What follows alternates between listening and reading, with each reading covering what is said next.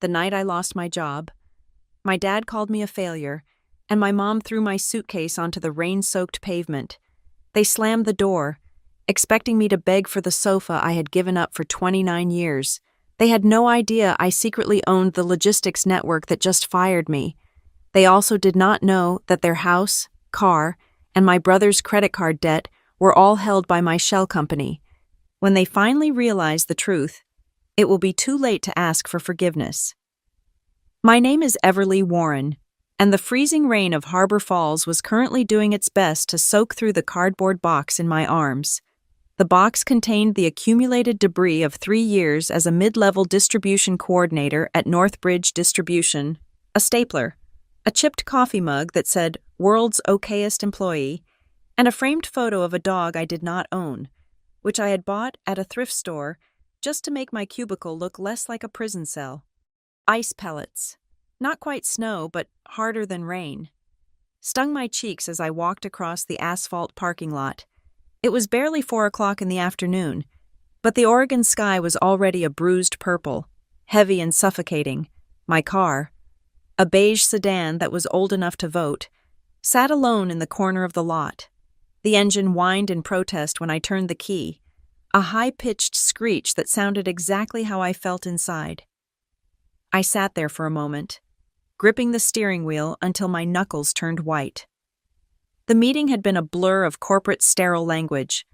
My boss, a man who wore ties that cost more than my car, had not even looked me in the eye. He had read from a sheet of paper, citing a breach of client data protocol. It was a lie, of course, a transparent, clumsy lie. I knew exactly who had leaked the data.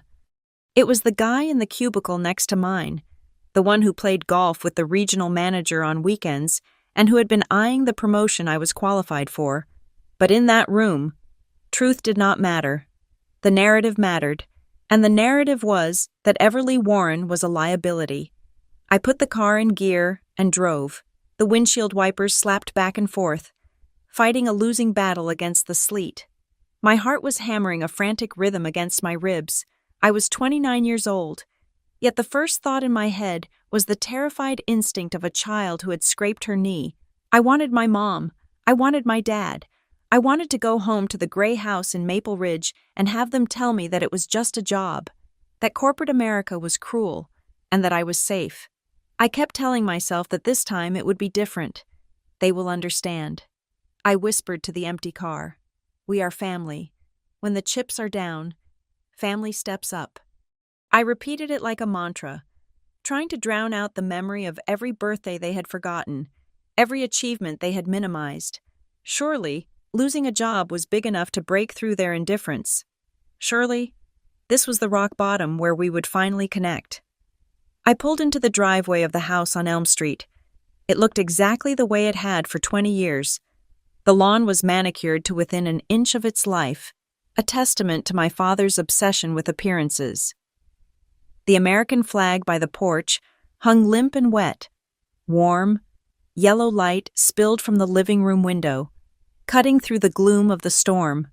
From the outside, it looked like the kind of home where apple pies cooled on the windowsill and problems were solved with hugs. I took a deep breath, grabbed my soggy box, and unlocked the front door.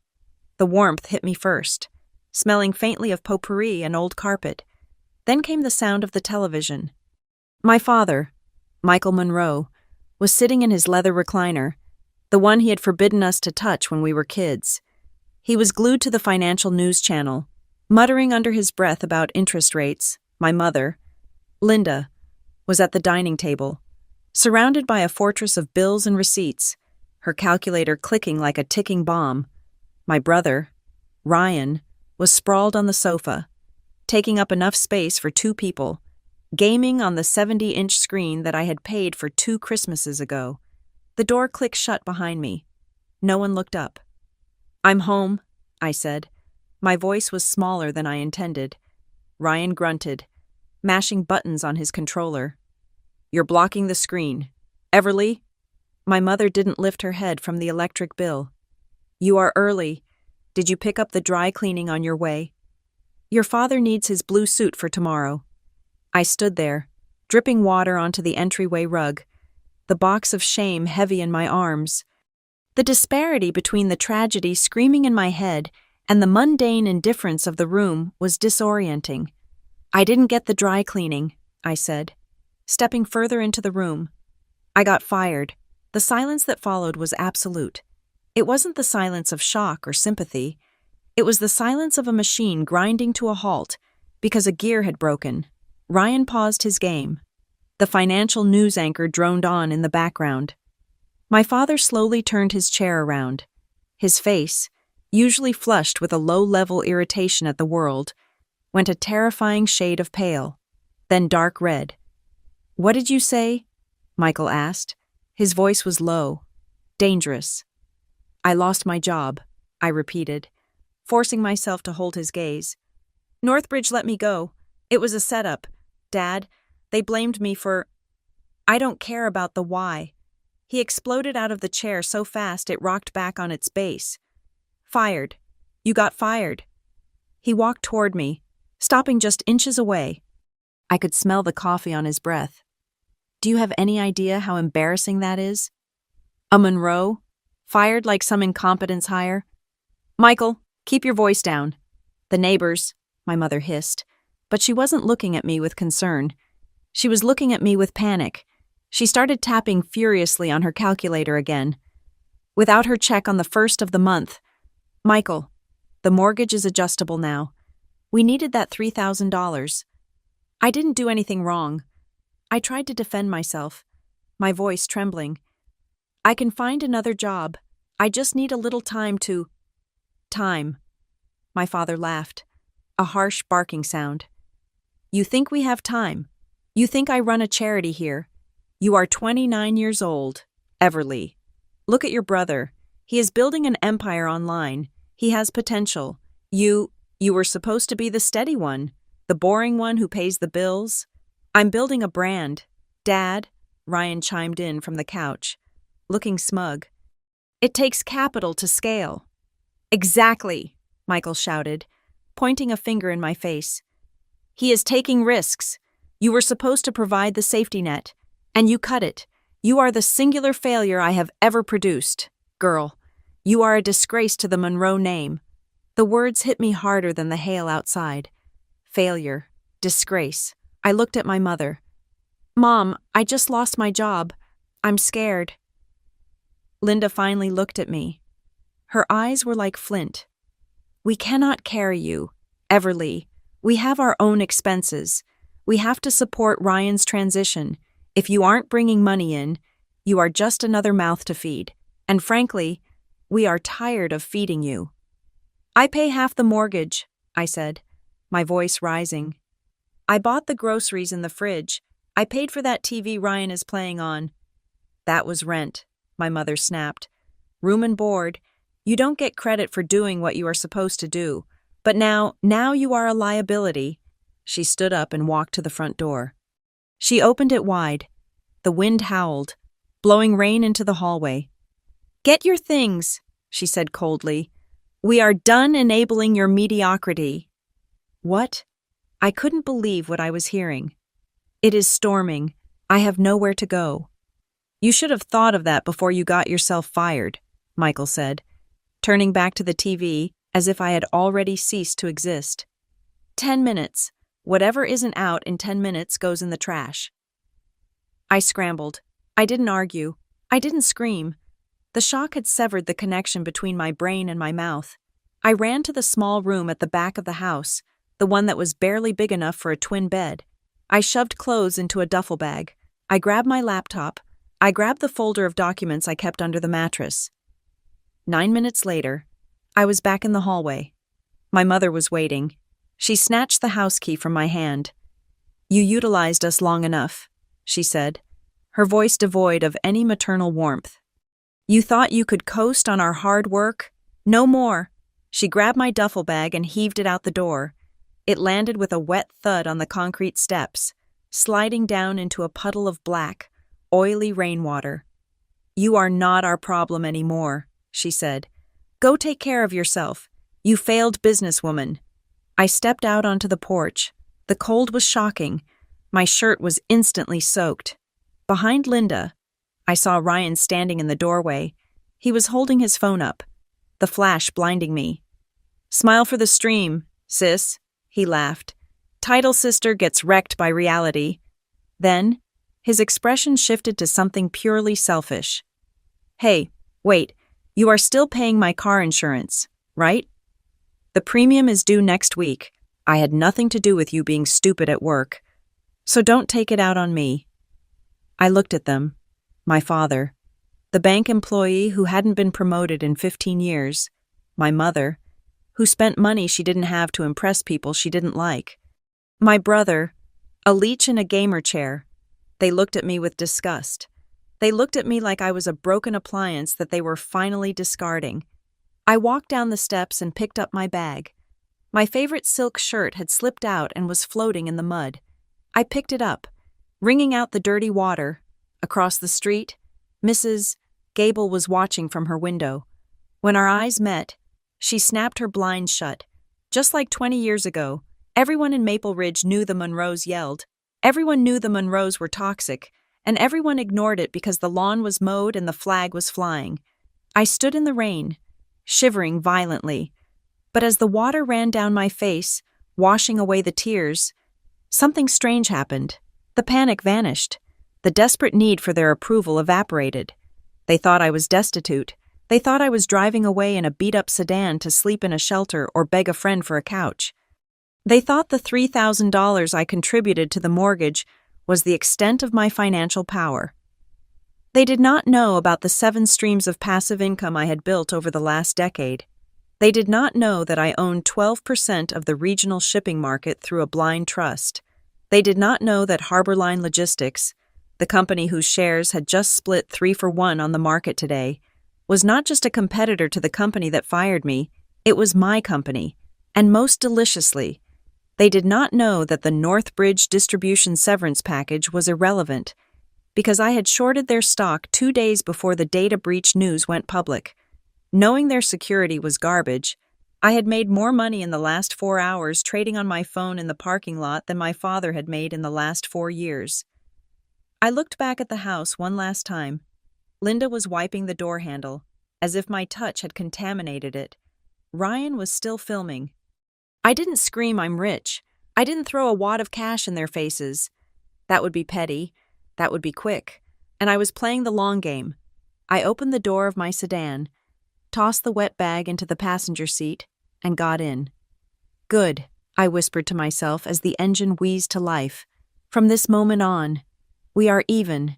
We don't owe each other a thing." I put the car in reverse and backed out of the driveway, leaving the warmth of the house behind for the cold, dark, and infinitely profitable night. They had just kicked out their only lifeline, and they were too arrogant to even check the pulse.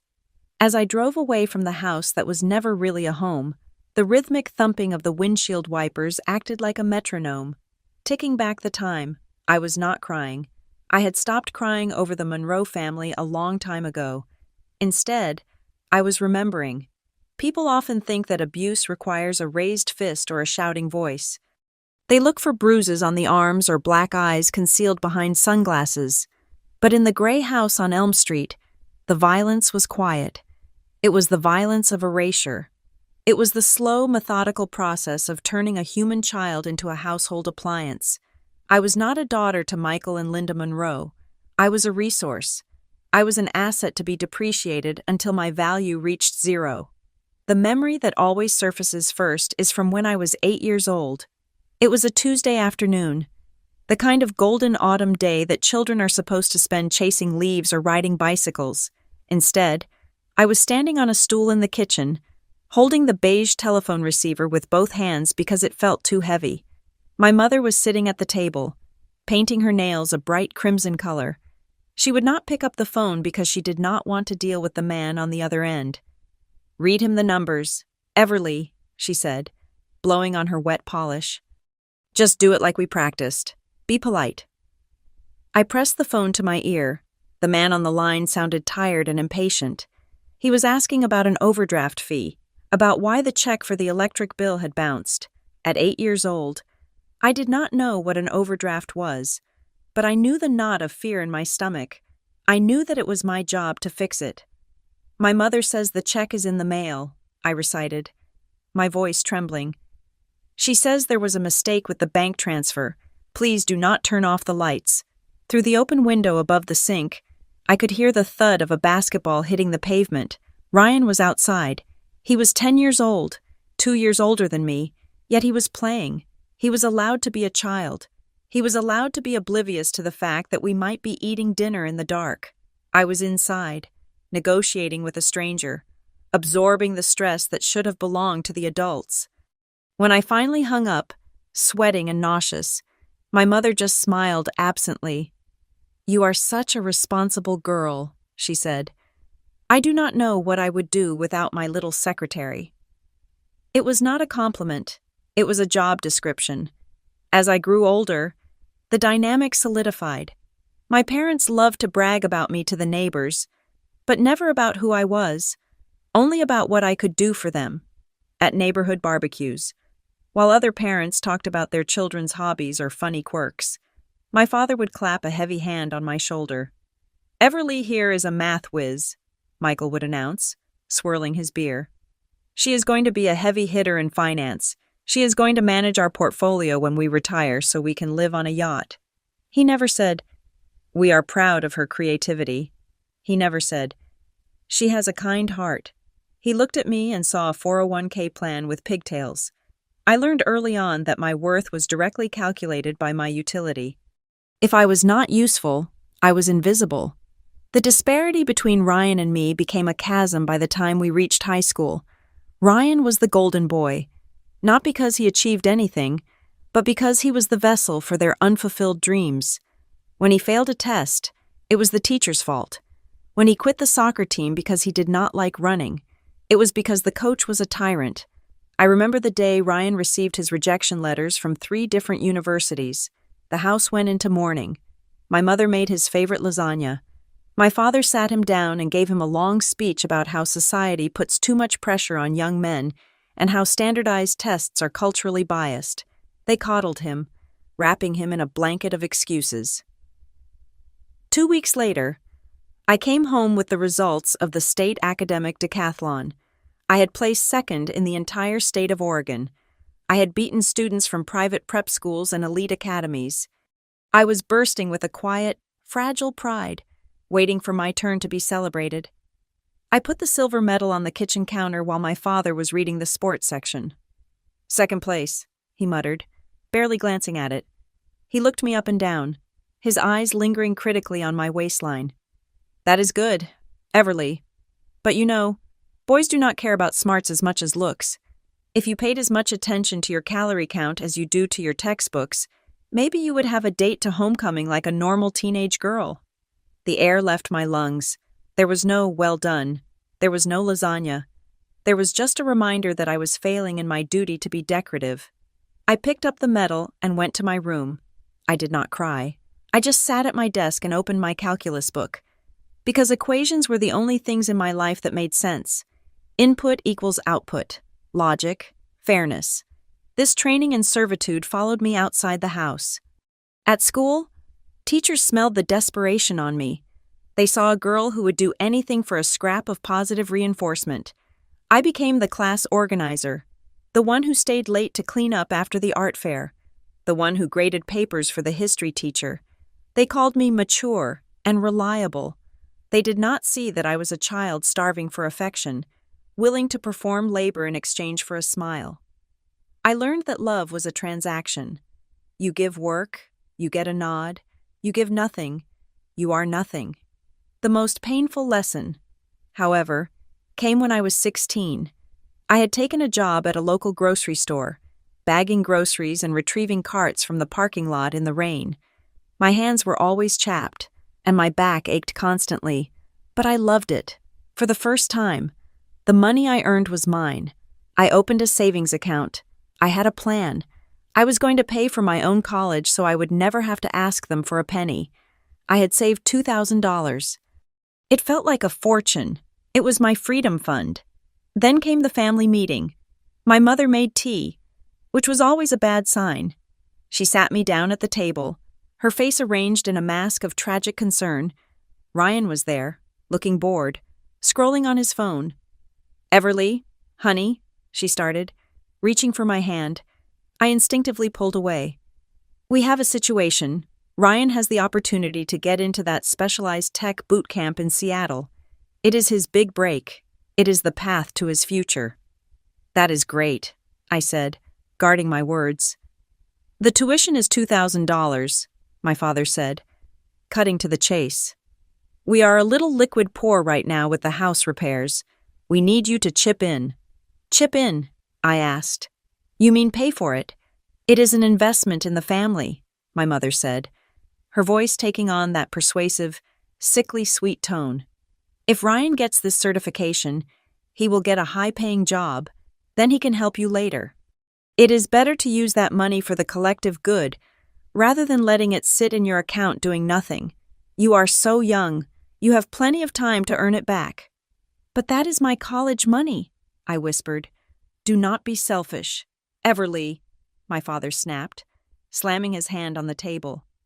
"After everything we provide for you, the roof over your head, the food, you would hold back your brother's future because you want to hoard cash." They stared at me. 3 pairs of eyes, 2 demanding, 1 entitled. I felt small. I felt like the bad guy. I felt that familiar crushing weight of responsibility. I signed the withdrawal slip. I gave them my freedom.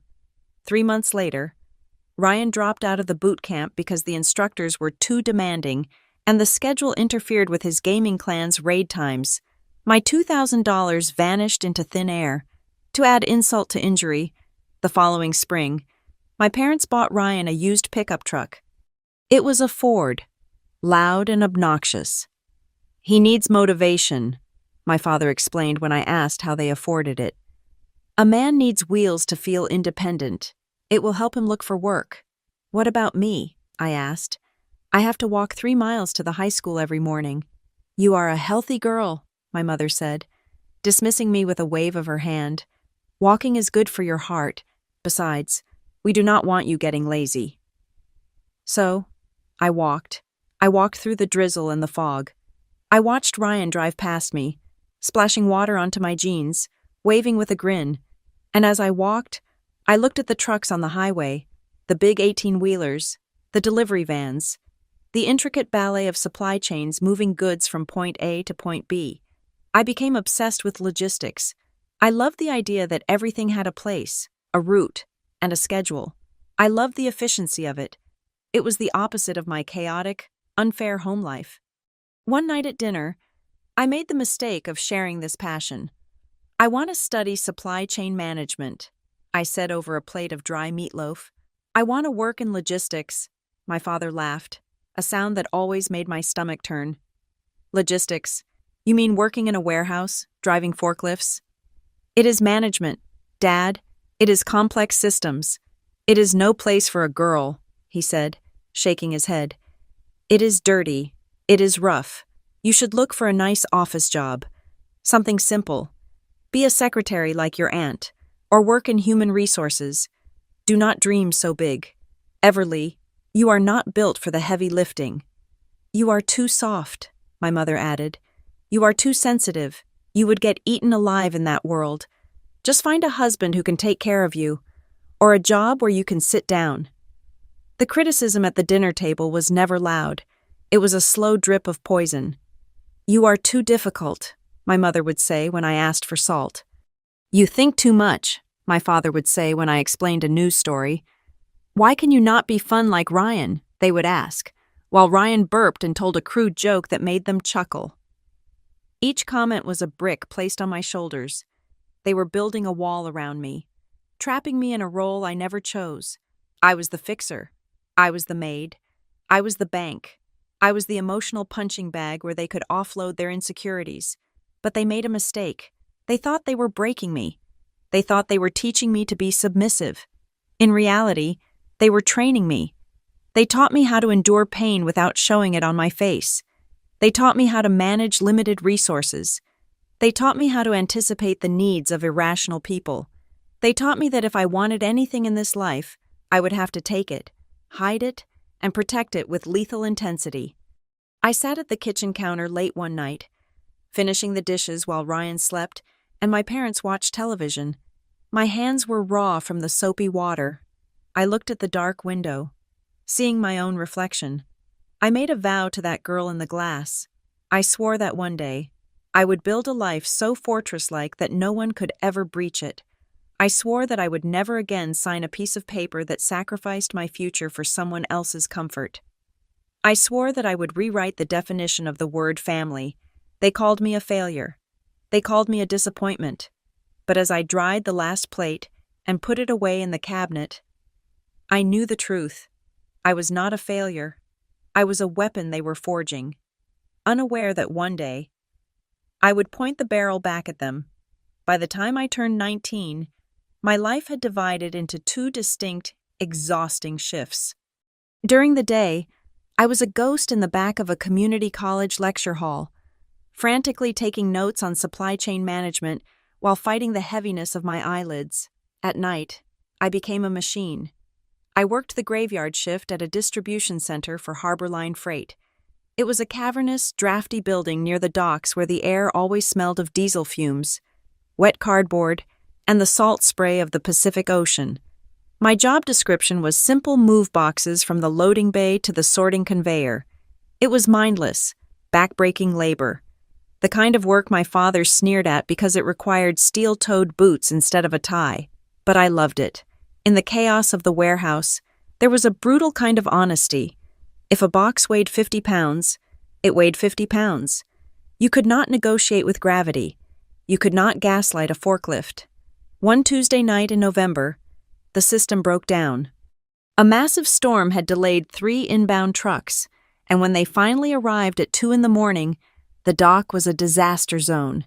The shift supervisor was screaming into his radio. The loaders were overwhelmed, and a critical shipment of medical supplies bound for a rural clinic was buried behind 3 pallets of cheap lawn furniture. The driver of the outbound truck was leaning on his horn, shouting that he was leaving in 10 minutes whether the cargo was loaded or not. I watched the supervisor panic. He was trying to move the lawn furniture by hand, wasting precious time. I did not think. I just moved. I jumped into the cage of the nearest forklift, a battered yellow beast that I was technically not certified to operate on this specific dock. I keyed the ignition.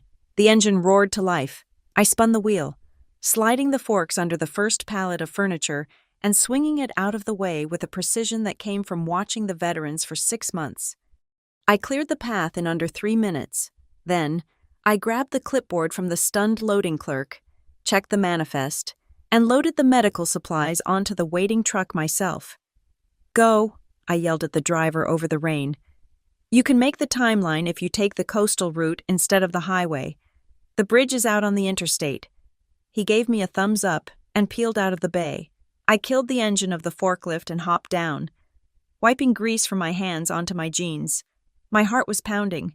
I expected to be fired for unauthorized use of machinery. Instead, I turned around to find a pair of sharp, gray eyes watching me from the shadows of the mezzanine stairs. It was Arthur Doyle. Everyone knew Arthur, but nobody really knew him. He was listed on the company directory as an operations consultant. He was an old man with neatly combed silver hair and a wool coat that looked out of place among the reflective vests. Mostly, he just walked around the warehouse with a travel mug of coffee, watching us work like a scientist studying ants. He gestured for me to follow him. I followed him up the metal stairs to his office, a converted shipping container that overlooked the warehouse floor. It was quiet inside, insulated from the screeching metal below.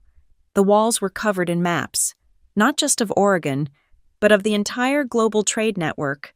Red lines connected ports in Shanghai to rail yards in Chicago. It was beautiful.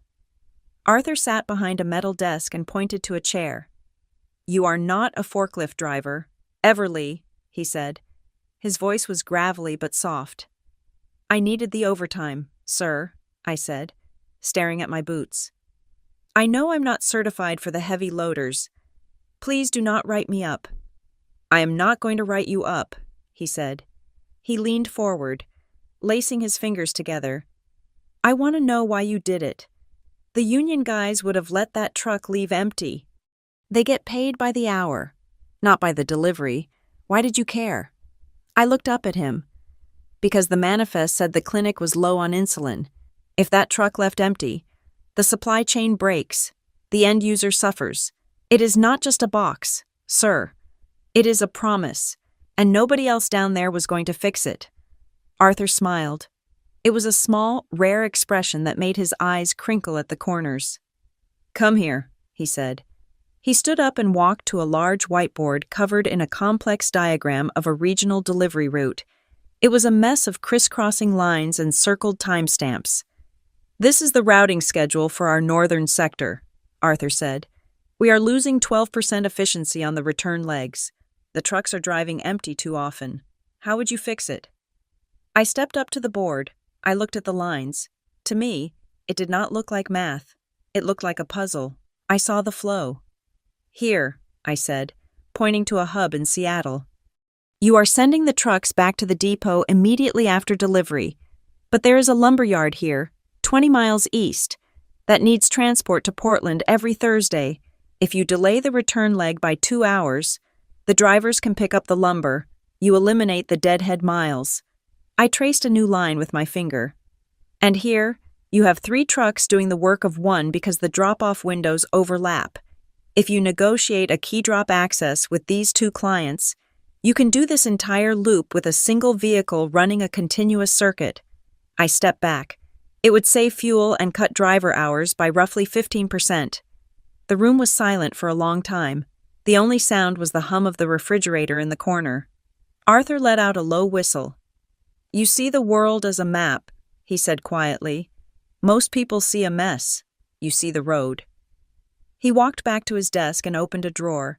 He pulled out a thermos and poured a cup of steaming black coffee. He pushed it toward me. I am going to offer you a deal. Everly Warren, he said. I will pay you double your current hourly wage, but you are never going to touch a box again. What will I do? I asked, taking the coffee. It was cheap and bitter. The best thing I had ever tasted. You are going to learn the boring stuff, he said. You are going to learn balance sheets. You are going to learn liability insurance contracts. You are going to learn how to calculate fuel surcharges and how to negotiate with unions. You are going to learn the language of the invisible world that keeps civilization running. I accepted without hesitation. For the next 2 years, my life changed. I still went to college, but my real education happened in that shipping container office on weekends and late nights. Arthur was a demanding teacher. He did not care about grades. He cared about understanding. We would sit for hours, dissecting the failures of major corporations. Money is just a byproduct. Everly, he told me one rainy night, tapping a pen against a ledger. Do not chase the money. That is what amateurs do. Real power lies in control. It lies in knowing where the goods are, who needs them, and being the only one who can bridge the gap.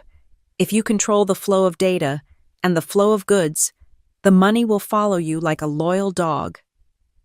That sentence lodged itself in my chest. Control. It was the one thing I had never had. During this time, the situation at home was deteriorating. My father was gambling on penny stocks and losing. My mother was buying furniture we could not afford on credit cards she hid in the pantry. They came to me constantly. $100 here for groceries, $200 there for a car repair. They took the money with a mix of entitlement and resentment, never asking where it came from, only complaining that I was working too much and not helping enough around the house. One evening, I was sitting in Arthur's office, staring blankly at a spreadsheet. My phone had been buzzing nonstop. It was my mother, demanding I transfer money for Ryan's new gaming monitor because it was essential for his career. Arthur reached over and took the phone from my hand.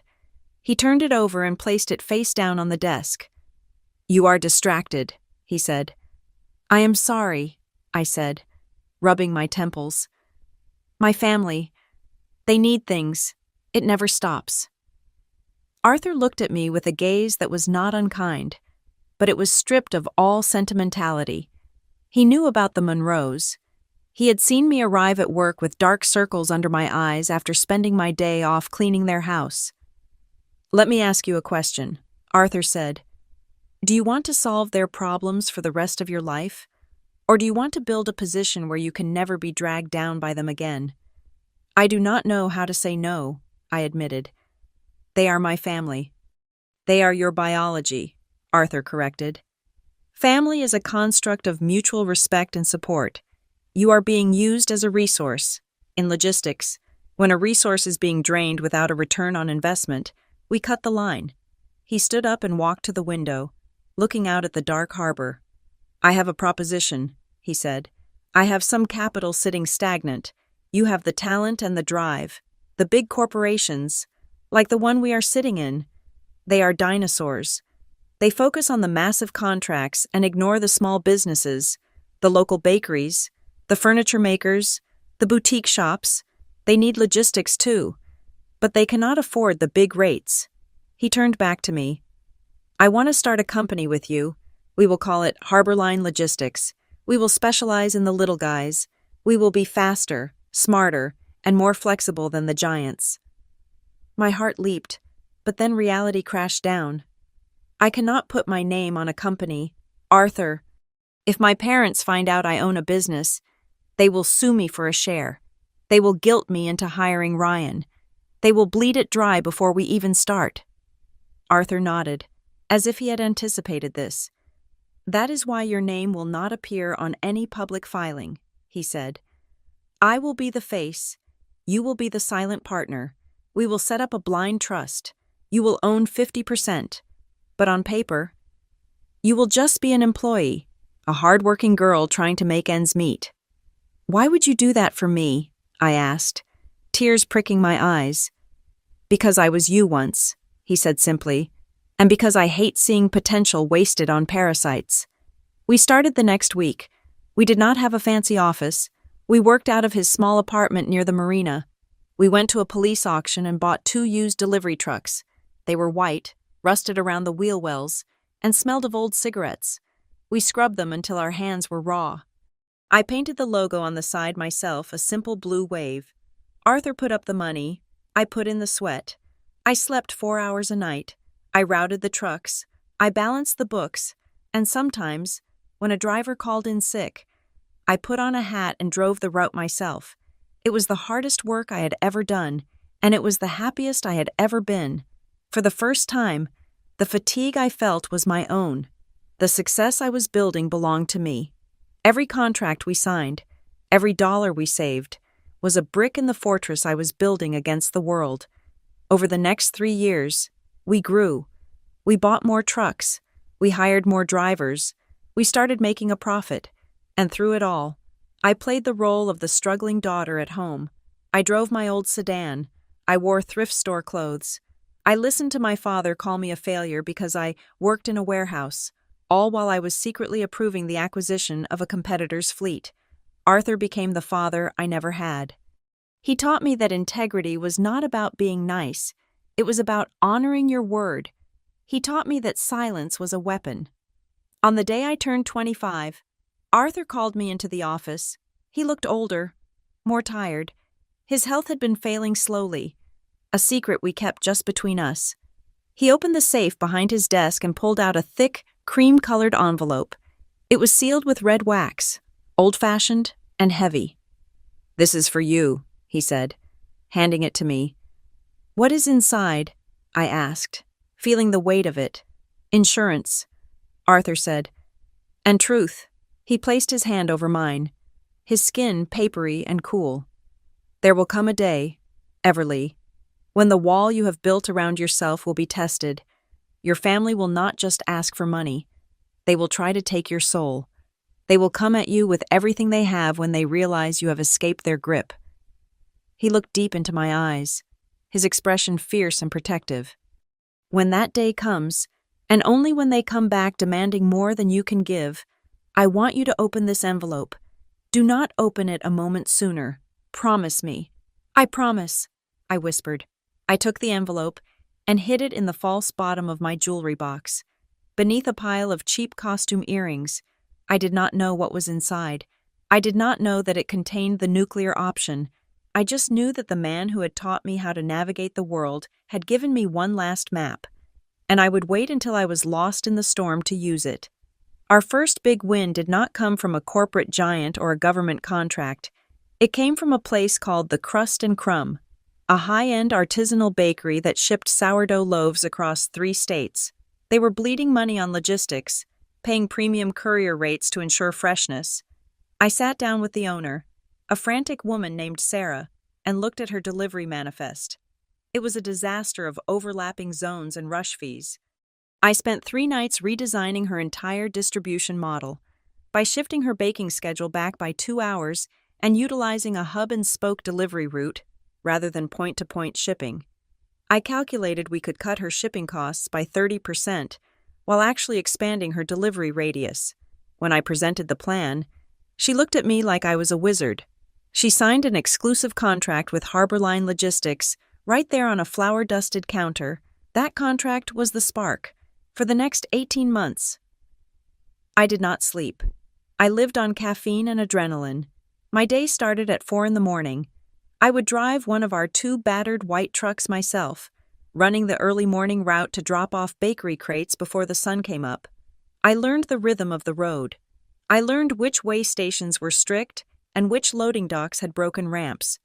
By noon, I was back at our tiny office, washing the grease off my hands to make cold calls and draft quotes for potential clients. By 6 in the evening, I was doing the accounting, balancing every penny because we were operating on razor-thin margins, and late at night, when normal people were watching television or sleeping, I was studying federal safety regulations and hazmat transport protocols. My patience became my weapon, while the big logistics firms quoted standard rates and took 3 days to return a call. I was there. I was the person answering the phone on a Sunday. I was the one who knew the name of the warehouse manager's dog. Arthur watched me with a quiet pride. He stopped hovering and started trusting. 6 months in, he handed me a file for a local furniture manufacturer called Oak and Iron.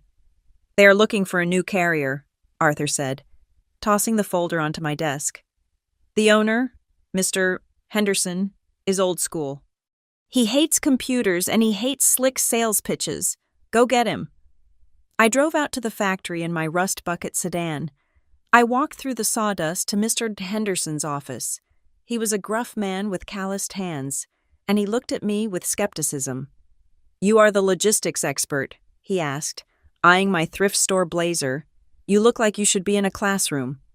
"I am the person who will make sure your tables arrive without scratches," I said, looking him in the eye. "And I am the person who will tell you exactly where your truck is, 24 hours a day, without you having to log into a computer. I will text you, personally." I did not offer him the lowest price. I offered him visibility. I offered him a flexible payment structure that aligned with his own cash flow cycles, something the big carriers would never do. He signed a 3-year contract. With the Oak and Iron deal, Harborline Logistics moved from surviving to profitable. We bought 3 more trucks. We hired a dispatcher. We moved out of Arthur's apartment and into a real office, though it was located in a gritty industrial park next to a tire scrapyard. Then came the pivot that would change everything. Arthur sat me down one rainy Tuesday. He placed a new file in front of me. It was not a shipping contract. It was a prospectus for a company called North Coast Recovery. "We have cash reserves now," Arthur said. "We need to diversify. I want to buy this." "A debt collection agency?" I asked, wrinkling my nose. "Arthur, those places are predatory. They harass people. That is not who we are." "Look closer," he said. I opened the file. North Coast Recovery was a small agency that specialized in purchasing bad debt from community banks and credit unions. These were consumer debts credit cards, personal loans, medical bills that the banks had written off as uncollectible. They sold these debts for pennies on the dollar just to clear their books. "When a bank sells a debt," Arthur explained, "they are selling the rights to the human being attached to it. Usually, the buyer tries to squeeze that human for the full amount plus interest, using fear as a lever. But what if we bought the debt for 5 cents on the dollar and simply asked the debtor to pay us 10 cents? I stared at him as the math clicked into place. "We would make a 100% profit," I whispered. and the debtor would save 90% of what they owed. Exactly, Arthur said. We turn a predatory industry into a rehabilitation service. But more importantly, Everly, think about the data. When you own the debt, you see the financial anatomy of a community. You see who is struggling, who is over-leveraged, and who is just having a run of bad luck. Information is the most valuable commodity on earth. We bought North Coast Recovery. I took over the operations and immediately fired the aggressive callers. I implemented a new policy. No threats, no shouting, no calling people at work. We simply sent letters, polite, clear letters stating that we had purchased their debt and were offering a restructuring plan that was actually achievable. The results were staggering. People who had been dodging calls for years started sending checks. They were relieved to be treated with dignity. Our repayment rate was double the industry average. North Coast became a quiet gold mine, generating a steady stream of cash that we pumped right back into expanding the Harbor Line truck fleet. It was around this time that Arthur began the legal restructuring. He hired a top-tier estate attorney to create the Monroe Harbor Trust. It was a fortress of legal paperwork. The trust owned the controlling shares of Harbor Line Logistics and North Coast Recovery, and the sole beneficiary of the trust, upon Arthur's death, would be me, to the outside world. However, nothing had changed. I was meticulous about my disguise. I still drove my beige sedan that rattled when it went over 40 miles per hour. I still lived in a one-bedroom apartment near the docks with peeling paint and a radiator that clanked all night. I wore clothes from discount racks. I declined every invitation to join the local Chamber of Commerce. I refused to have my picture taken for the company website. When I went to dinner at my parents' house in Maple Ridge, I played my part perfectly. "How is work at the warehouse?" my father would ask, barely looking up from his steak. "Still moving boxes." "It is steady," I would say, cutting my potatoes. "I am learning some dispatching." "Dispatching," he would scoff. "Glorified secretary work for truckers. You should have listened to me and gone into banking." I would just nod and chew, suppressing the urge to tell him that earlier that day, I had sat in a private meeting with the regional vice president of the very bank he worked for. The bank treated me as a VIP corporate client. I had secured a $2 million line of credit for Harbor Line's fleet expansion with a single signature. My father was likely the one who processed the lower-level paperwork for my accounts, never realizing that the E. Warren on the corporate filing was his own daughter. The power dynamic was intoxicating, but it was also isolating. I was living two lives. In one, I was a titan of local industry, commanding a fleet of 40 trucks and holding the financial fate of thousands of debtors in my hands. In the other, I was the family disappointment, the girl who could not afford to buy her brother a new console. It was through North Coast that the real weapon fell into my lap. I was reviewing the monthly purchase portfolios batches of bad debt we had acquired from regional banks. I usually just scanned the totals, but that night, something made me look at the names on the individual files from the Maple Ridge area. My heart stopped.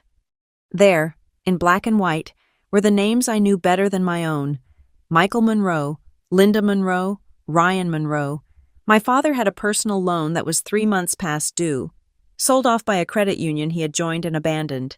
My mother had 2 maxed-out credit cards that had gone to collections, and Ryan had a defaulted auto loan for a jet ski he had bought 2 summers ago and crashed, along with a mountain of credit card debt from online gaming purchases. We had bought their debt. I held the paper in my trembling hands. I owned them.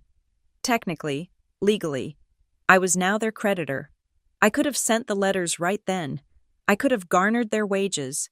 I could have put a lien on the house. The power was absolute. I reached for the phone to call the legal department, but Arthur's voice echoed in my head.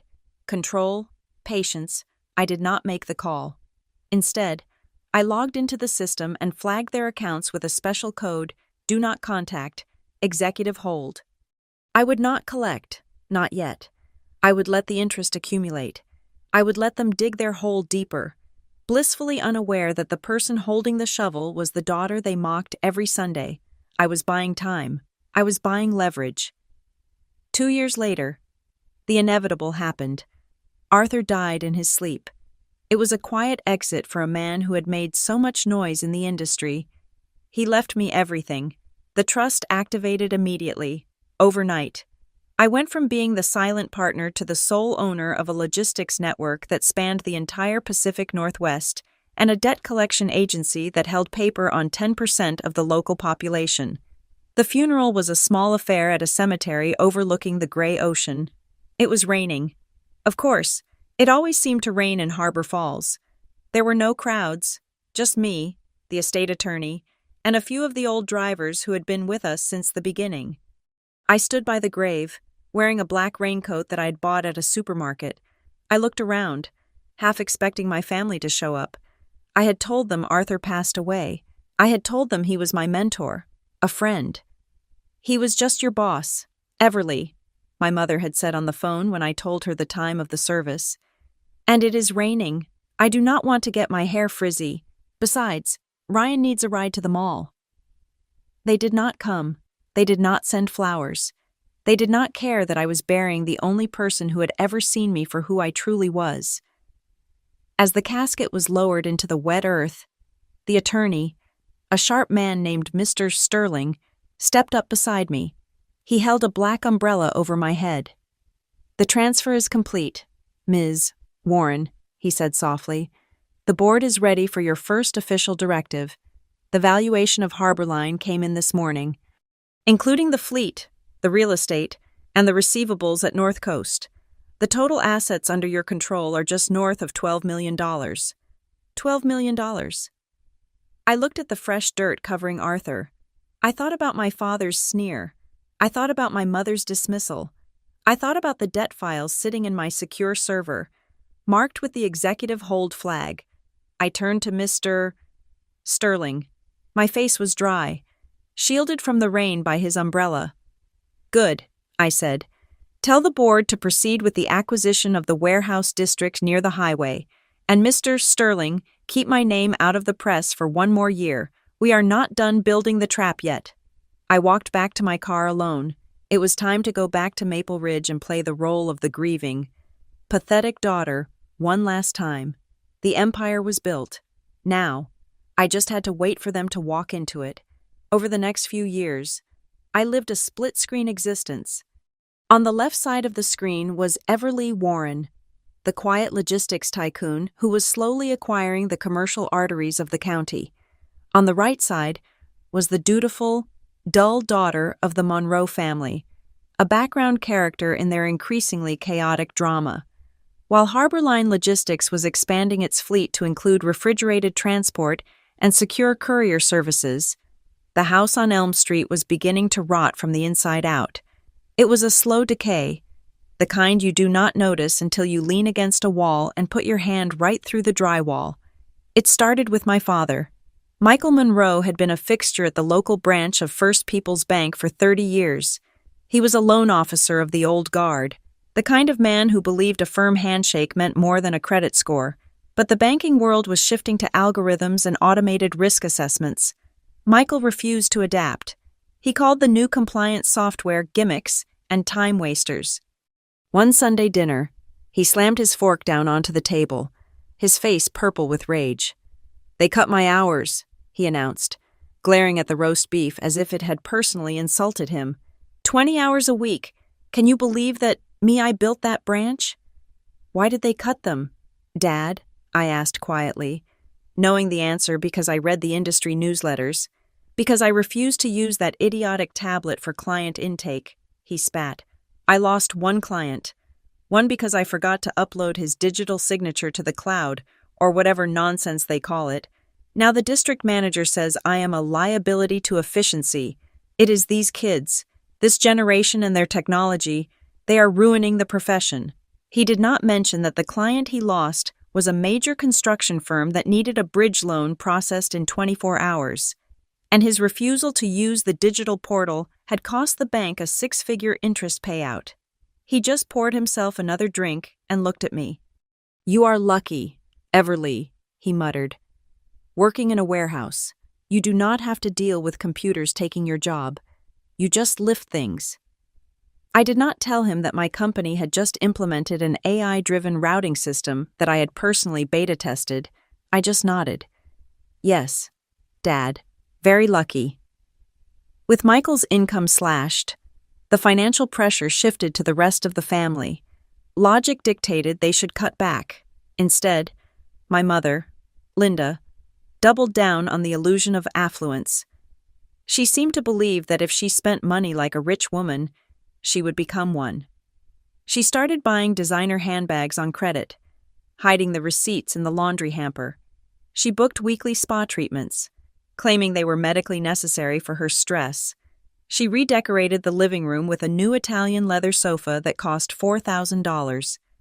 It is an investment, she told me when I saw the delivery truck. When you bring a nice man home, we need the house to look respectable.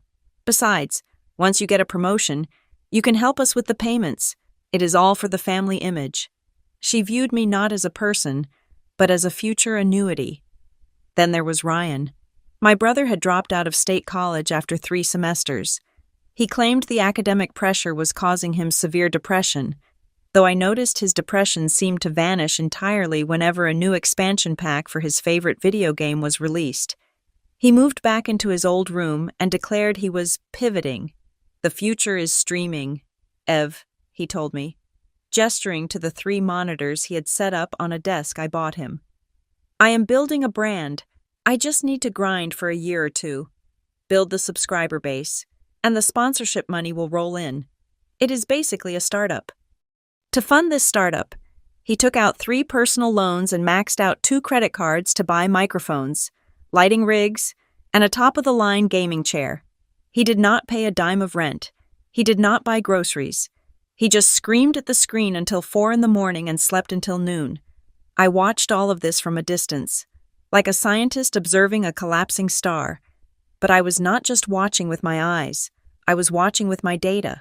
At the Harbor Line office, which was now located in a renovated textile mill that I had bought through the trust, I had a secure terminal linked to North Coast Recovery. Every month, we received lists of bad debt portfolios available for purchase from regional lenders. At first, the Monroe name appeared sporadically. A missed payment here, a late fee there. I did not buy them. I just noted them in a physical notebook I kept in my safe. January. Michael Monroe, 90 days past due on a tire store credit line. March. Ryan Monroe, charge-off status on a Best Buy store card. July, Linda Monroe. Overdraft protection limit reached and closed. It was a dossier of irresponsibility. But while I watched their credit scores plummet on my screen, they were calling me on my phone, pulling on the strings of guilt I thought I had severed. Ev, honey, my mother would say, her voice tight with panicked sweetness. We are a little short on the mortgage this month. Just a cash flow issue with your father's new schedule. Can you transfer $500? We will pay you back as soon as his bonus checks come in. There were no bonus checks. I knew that. But I was 26, then 27, and the conditioning of my childhood was a hard knot to untie. I sent the money. I told myself it was rent for the years I lived there. I told myself it was the price of keeping them off the street. You are a good girl. Linda would text me after the transfer went through.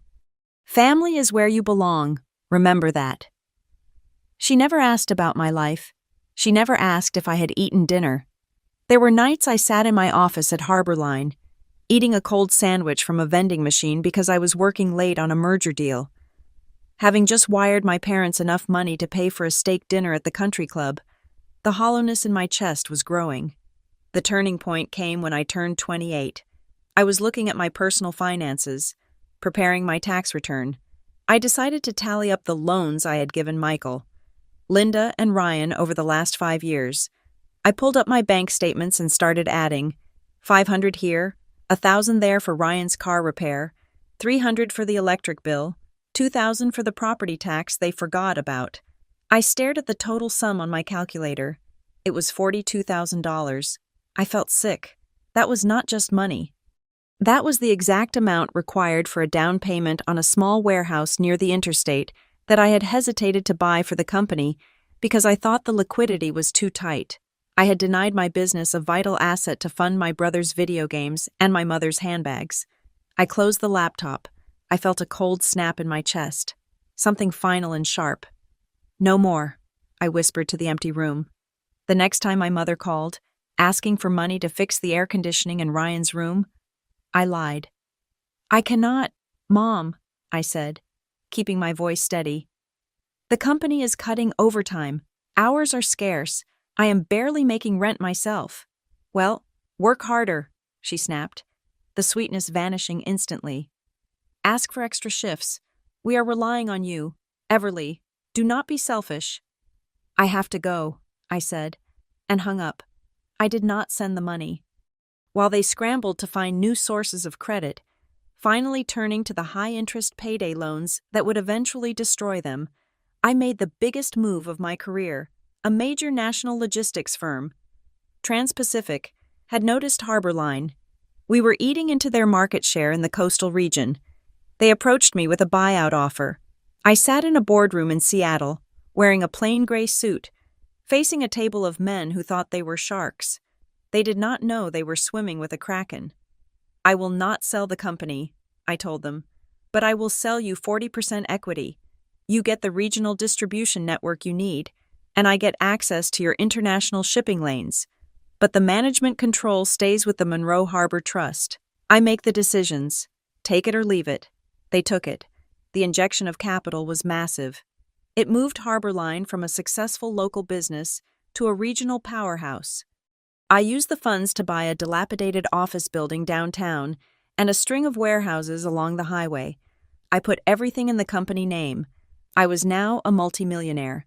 My net worth was 8 figures, and yet, to maintain the illusion, to keep the trap set, I did something that seemed insane. I took a job. I applied for a mid-level coordinator position at Northbridge Distribution.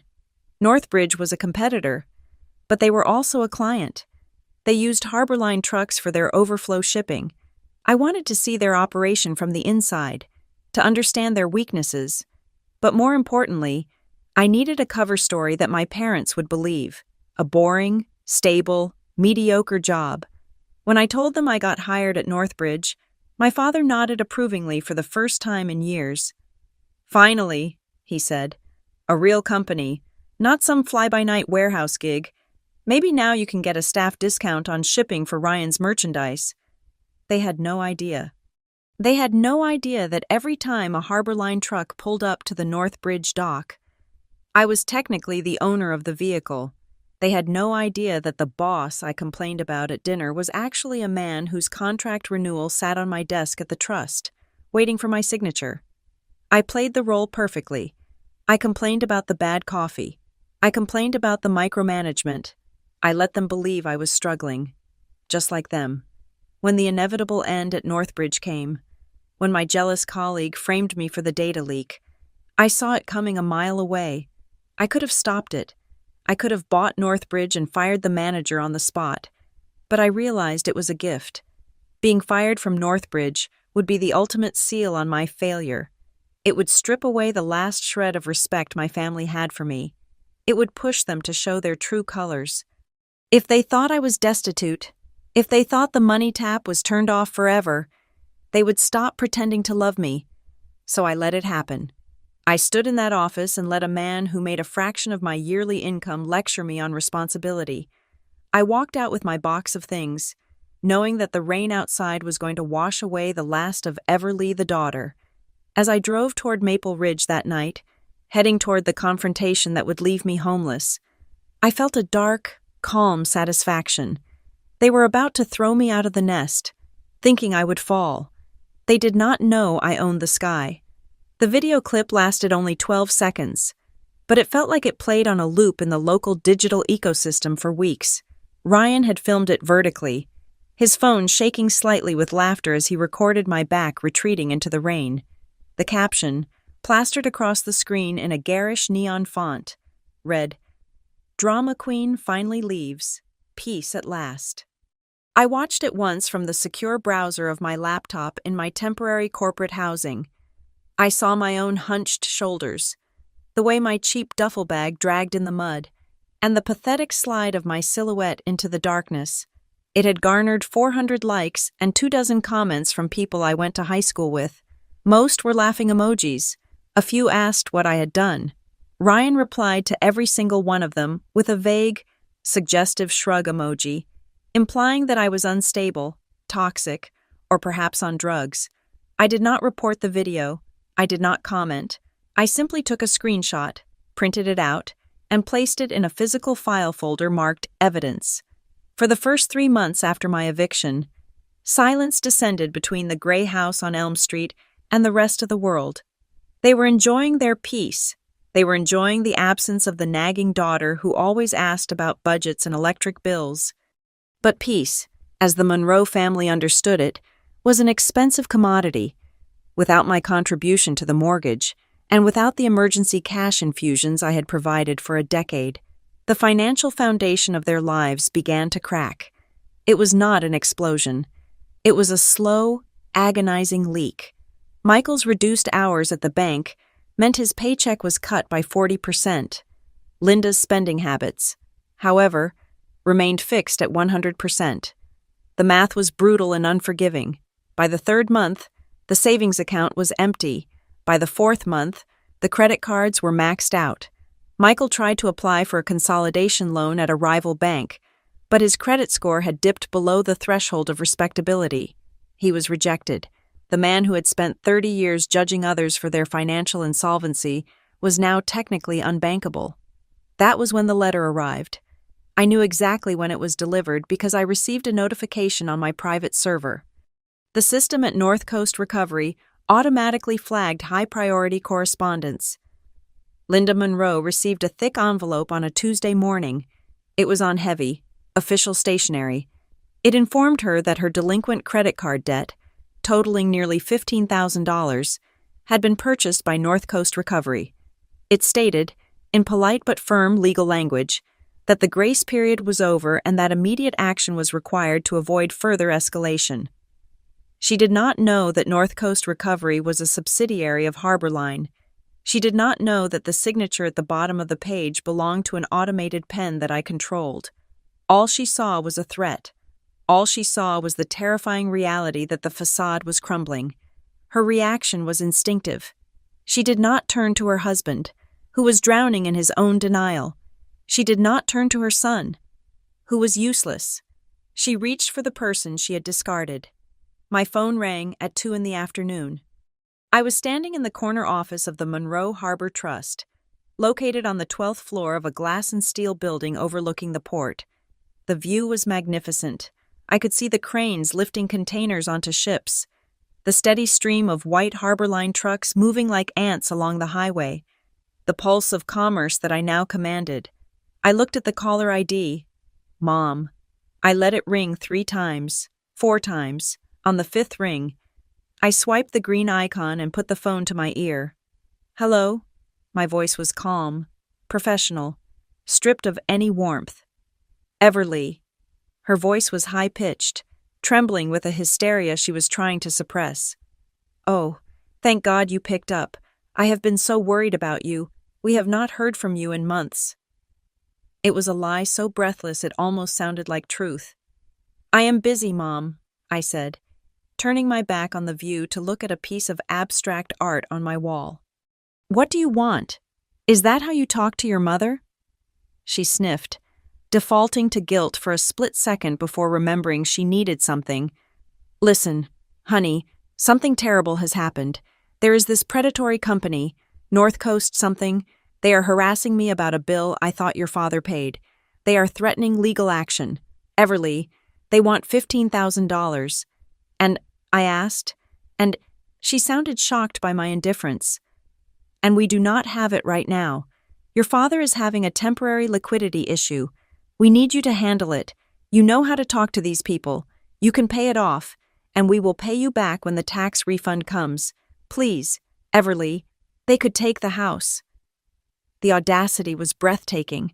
She had thrown my clothes into the mud. She had told me I was not her problem, and now, at the first sign of rain, she wanted my umbrella. You told me to go take care of myself, I reminded her. You called me a failure. Failures do not have $15,000 lying around. We were just angry, she cried. Families fight, but we forgive. That is what we do. You cannot let strangers destroy your parents' credit. You have to help. You always help.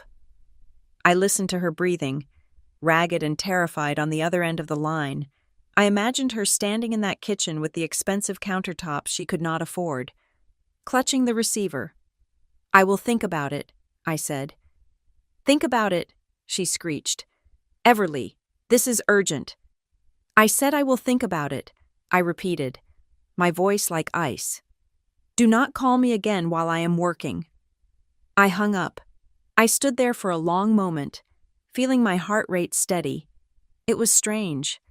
In the past, that call would have sent me into a panic. I would have drained my savings to fix it. Now, I just felt a dull, remote curiosity. I waited 2 weeks. I knew the pressure was building. I knew North Coast had sent a second letter, this one slightly more urgent, proposing a repayment structure. I knew they were ignoring it, banking on the hope that I would swoop in and save them. When the foreclosure warning from the bank finally hit their mailbox, a separate issue from the credit card debt, but one that compounded the terror they broke. They showed up at my old apartment on a Saturday morning. I had kept the lease on the small, run-down apartment near the docks specifically for this purpose. It was my stage set.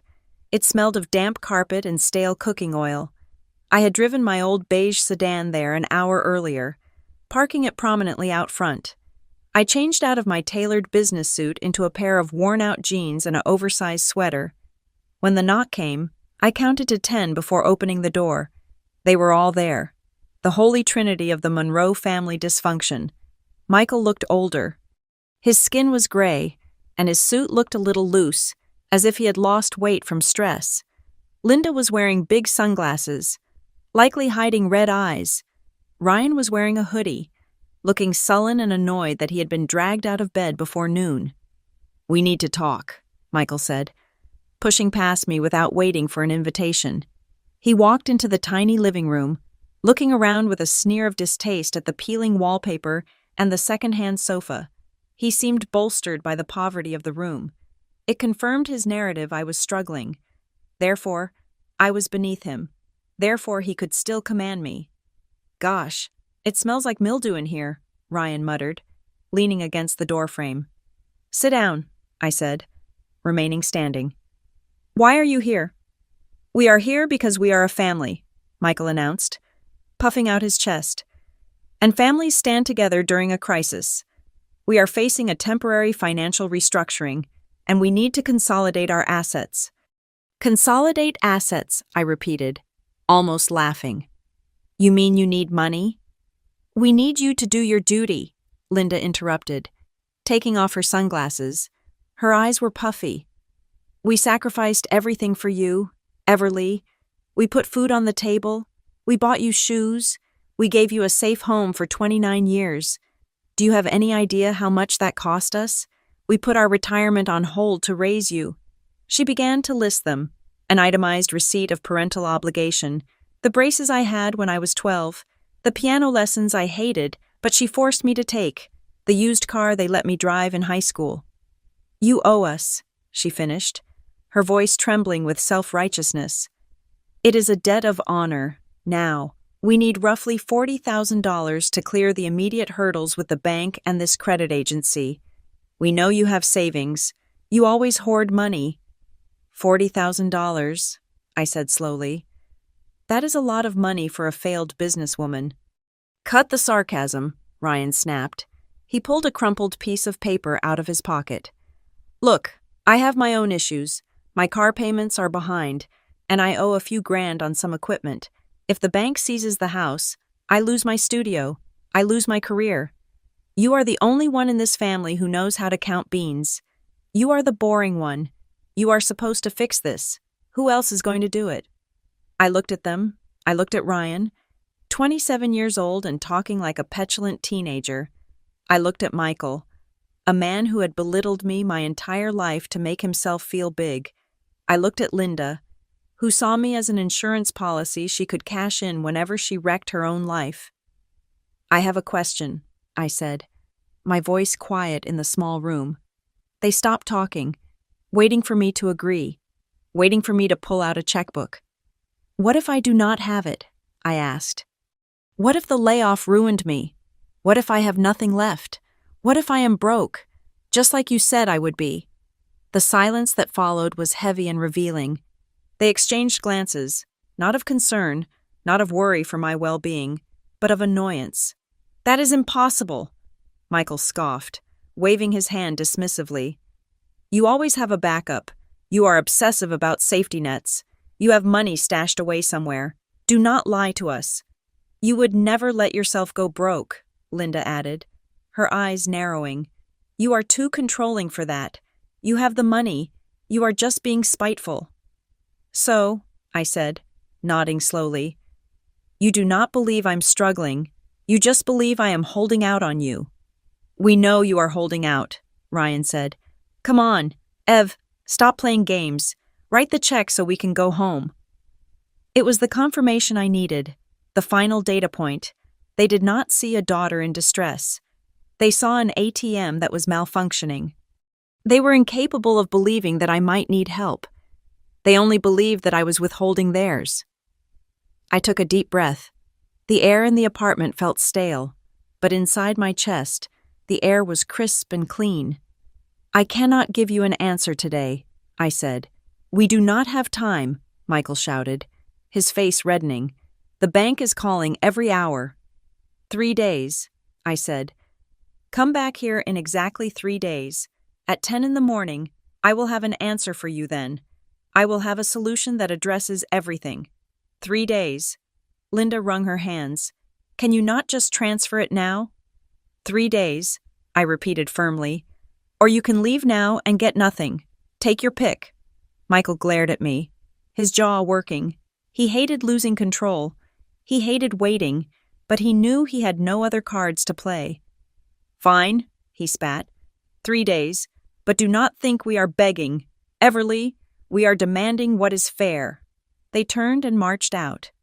Ryan slammed the door so hard the cheap frame rattled. I stood in the silence for a full minute, listening to their car engine fade away down the street.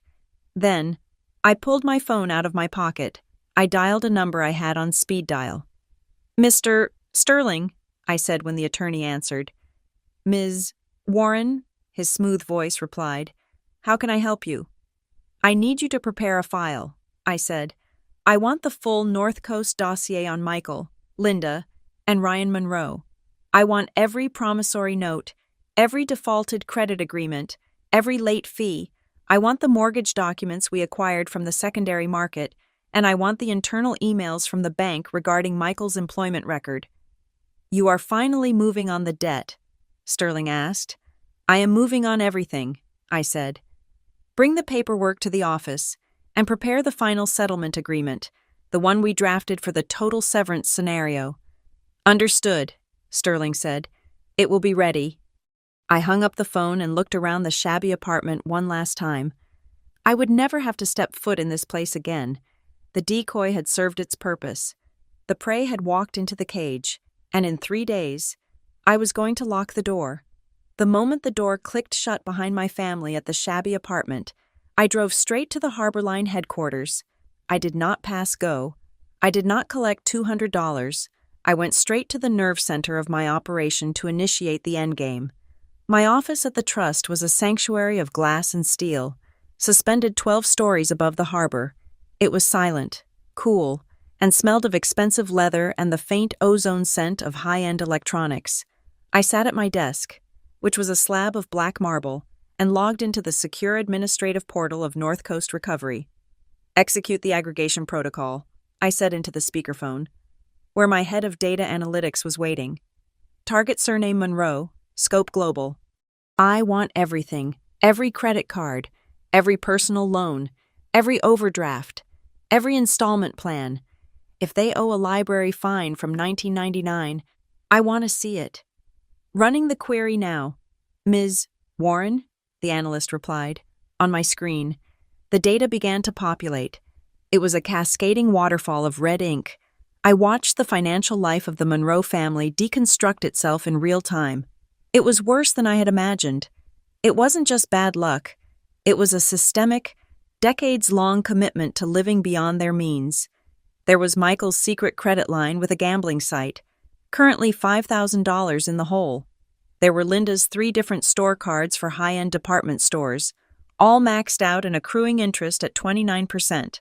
There was Ryan's auto loan for a sports car he had traded in at a loss, rolling the negative equity into a new loan for a truck he couldn't afford. The total unsecured debt was staggering. It was enough to force a bankruptcy filing within 30 days. "What is the acquisition cost?" I asked. "Most of this is classified as toxic debt, Ms. Warren," the analyst said. "The original lenders have already written it off. They bundled it into a junk portfolio last week. We can acquire the rights to the entire bundle for roughly 4 cents on the dollar." I did the mental math. To buy the legal right to every cent my family owed a sum that could destroy their lives would cost me less than $3,000. I almost laughed. Over the last decade, I had guiltily transferred more than $40,000 to them in emergency loans and gifts. I had paid 10 times the price of their destruction just to keep them afloat. "Buy it," I ordered. "Route the purchase through the Shell Corporation. Chimera Holdings. I do not want the Monroe Harbor Trust name on the initial paperwork." "Done," the analyst said. "Do you want us to initiate standard collection procedures?" "The system usually sends a demand letter within 24 hours. "No," I said, leaning back in my chair. "Flag all accounts with code Black 0. Priority monitoring only. No letters, no calls, no lawsuits. Not yet. I want to hold the sword, but I do not want to swing it until I see the whites of their eyes." "Understood. Status updated to executive hold." I hung up the phone. Phase 1 was complete. I owned their debt. Now, I needed to own their past. Mr. Sterling, my attorney, walked in 10 minutes later. He was carrying a thick accordion file. He looked serious, the kind of serious that usually costs $500 an hour. "We found something. Everly," he said, skipping the pleasantries. "While we were auditing the chain of title for your parents' mortgage to prepare for the potential acquisition, we found an anomaly in the refinancing documents from 7 years ago." He laid a document on the marble desk. It was a loan application for a favorable fixed-rate mortgage. "Look at the co-borrower section," Sterling said, pointing a manicured finger at the bottom of the page. I looked. My breath hitched in my throat. There, in the box marked "Co-signer," was my name, Everly Warren, and next to it was a signature that looked vaguely like mine, but with a loop on the W that I never used. "I did not sign this," I said, my voice dropping to a whisper. "I was 22. I was working part-time and going to school. I didn't even know they refinanced." "Look at the income declaration," Sterling said. I scanned the line. Michael had listed my income as $60,000 a year. He had listed me as an administrative consultant at the bank branch he managed. He fabricated a job title and an income for me to lower his debt-to-income ratio. I realized, the cold anger spreading through my veins like ice water. He used my credit score, which was perfect because I had no debt, to secure a lower interest rate for himself, and he forged my signature to do it. "It is bank fraud," Sterling said flatly. "And since he was an employee of the bank at the time, it is also internal embezzlement of services and a violation of federal lending laws. If this piece of paper sees the light of day, your father does not just lose his job, he goes to federal prison. Mandatory minimums would apply." I stared at the signature. My father, the man who called me a failure, the man who lectured me on integrity, had stolen my identity to save himself 0.5 percentage point on a loan. He had risked my financial future without a second thought. "Do we have proof it was him?" I asked. "We subpoenaed the internal compliance emails from the bank as part of the discovery for the debt purchase," Sterling said, pulling out a stack of printed emails. "Here." An email from Michael to the loan processor, dated 3 days before the closing. He says, "Do not worry about Everly coming in to sign. She is out of town. I will bring the papers home for her." And here, the processor replies, "Okay, Mike, Just get it back to me by 5. He used his position to bypass the notary requirement. I took the emails. I felt a strange sensation. It wasn't sadness. It was clarity. Absolute, crystalline clarity. Okay, I said. Keep this safe. This is the leverage. What is your next move? Sterling asked. I need to control the narrative, I said. If Michael goes down, he might try to drag Harborline with him. He might claim I was complicit, that I knew about the fraud. I need to preemptively strike the reputation of the bank's oversight protocols. I picked up my phone and dialed a number I had saved for a rainy day. It belonged to Sarah Jenkins, an investigative journalist at the Northwest Ledger, the most respected business paper in the state. This is Everly Warren, I said when she answered. We met at the logistics summit last year. You asked me for a scoop on the supply chain crisis. I remember, Sarah said. You are the one who declined the interview. I have something better, I said. I have documentation of systemic loan fraud within the local branch of First People's Bank. Senior officers bypassing compliance to approve loans for family members using fabricated income data. It exposes a massive failure in their risk management department. That is a big accusation, Sarah said, her tone sharpening. Do you have receipts? I have internal emails and loan applications. I said, I am sending you a redacted package now. No names are visible yet. I just want you to start asking the bank questions. Ask them about their internal lending oversight for the period of 2018 to 2020. Make them sweat. Why give this to me? She asked. Because I believe in transparency. I lied smoothly. And because when the story breaks, I want you to remember who gave it to you. Send it, she said. I hung up. By tomorrow morning, the bank's upper management would be in panic mode. They would be looking for a scapegoat. Michael Monroe was about to become very radioactive. I turned back to Sterling. I want the legal team at Harborline to review every single contract we have with any vendor or client that uses First People's Bank. If my father goes down, I want a firewall between his reputation and my company. If he tries to say, my daughter, the CEO, knew about this, I want to be able to prove he has been lying about me for years. We are already on it, Sterling assured me. We are drafting a statement disavowing any knowledge of his personal financial dealings. That night, I sat alone in my apartment, the real one, not the decoy. The city lights of Harbor Falls twinkled below me. It was quiet. I walked to the small safe in my closet and dialed the combination. Inside lay the heavy, cream-colored envelope Arthur had given me years ago. Open only when they demand more than you can give. They had demanded $40,000. They had demanded my dignity. And I had discovered they had already stolen my identity. I sat on the floor and broke the red wax seal. Inside were 2 documents. The first was a codicil to Arthur's will. It was a legal directive regarding the Monroe Harbor Trust. In the event that any member of the Monroe family initiates legal action against Everly Warren or attempts to claim rights to the trust's assets, the trustee is hereby authorized and directed to release the full unredacted history of the trust's formation to the public record, including the specific reasons for the exclusion of said family members. It was a permission slip to go nuclear. If they sued me, I could publish the fact that I had built this empire specifically to escape their abuse. But the second document was the one that made my blood run cold. It was a private investigator's report, dated 5 years ago.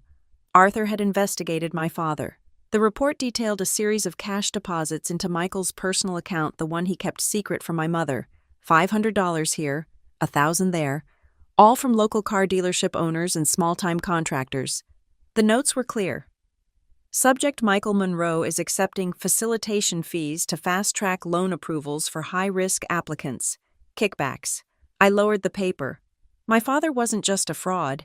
He was a corrupt banker. He had been taking bribes to approve bad loans. That was why he was always short on cash despite his salary. He was likely using the bribe money to cover gambling debts that never hit the joint checking account. If this got out, he wouldn't just lose his job. He would be blacklisted from the financial industry forever. He would be a pariah. I looked at the clock. It was midnight. The deadline was 10 hours away. For the first time in my life, I felt completely untethered from them. The guilt that usually gnawed at my stomach, the feeling that I was a bad daughter, that I owed them for my existence, was gone. It had evaporated the moment I saw my forged signature and the evidence of his bribes. I wasn't losing a family. I was escaping a criminal enterprise. I took a pen and a pad of legal paper. I began to draft the terms of the surrender. I would offer them a choice, a simple, binary choice. Option A: total war. I released the fraud documents to the FBI. I released the kickback report to the bank. I sue them for identity theft. I foreclose on the house immediately. They go to prison, and they go homeless. Option B: the clean break. They sign a document admitting to the debt. They sign a document admitting to the fraud, which I keep sealed. They agree to a strict repayment plan managed by North Coast, structured so they can barely survive but not live in luxury. And most importantly, they sign a legal severance of all familial rights. No contact, no claims, no association. They become strangers to me, legally and physically. I looked at the terms. It was cruel. It was cold. And it was the only mercy they were going to get. I put the documents back in the safe, but I kept the copies in my briefcase. I went to bed and slept soundly, without a single dream. The storm outside battered the glass, but inside, everything was under control. Tomorrow, the Monroe family was going to meet the CEO of Harborline Logistics, and they were not going to like her. 3 days later, at exactly 10 in the morning, I sat in a rented conference room in a shared workspace building on the edge of the city. I had chosen this location deliberately. It was generic. It had beige walls, industrial gray carpet, and a smell of stale coffee and dry erase markers. It was miles away from the gleaming glass tower of the Monroe Harbor Trust. If I had brought them to my real office, the shock of my wealth might have made them defensive or, worse, sycophantic. I needed them to walk in feeling superior. I needed them to think I was scraping by, renting a cheap room just to maintain a shred of professional dignity while I handed over my life savings. Mr. Sterling sat to my right. He was dressed in a navy suit that cost more than my father's car, his face a mask of polite indifference. On the table before us sat 4 neat stacks of paper. The door opened. Michael walked in first. He scanned the room, his eyes lingering on the cheap laminate table and the flickering fluorescent light overhead. His shoulders relaxed. He saw mediocrity, and to him, that meant he was still the king. "Well," he said, pulling out a chair and sitting down without greeting me. "A bit far from town, isn't it? But I suppose you have to take what you can get these days." Linda followed, wearing a floral dress that was too bright for the weather. She looked at me with a practiced expression of benevolence, the kind of look a saint gives a sinner. "Everly," she sighed, sitting next to Michael, "we are glad you came to your senses. Your father and I have been talking. We know we were a little harsh that night, but you have to understand, parents always worry.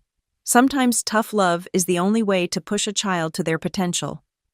She reached across the table, attempting to pat my hand. I pulled it back. "We forgive you," she added, sealing the revisionist history. Ryan slouched in last. He dropped his phone on the table and slumped into a chair.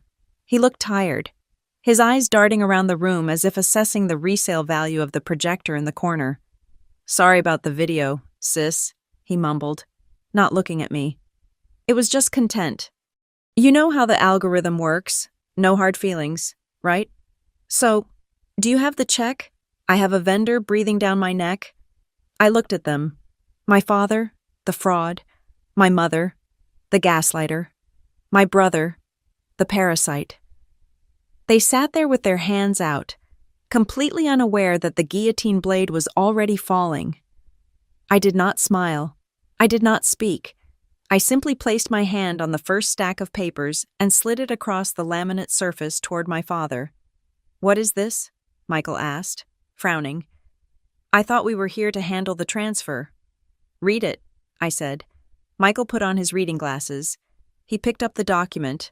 It was a notification of assignment of debt. "North Coast Recovery." He squinted. "This is the agency that has been hounding your mother. Why do you have this? Keep reading, I said. He flipped the page, then the next. His face went from confused to pale. This lists my credit card debt, he stammered. And Linda's store cards. And Ryan's car loan. Why do you have our financial records? Because I bought them, I said. My voice was even, devoid of emotion. As of 72 hours ago, North Coast Recovery is the sole owner of every unsecured debt in this room.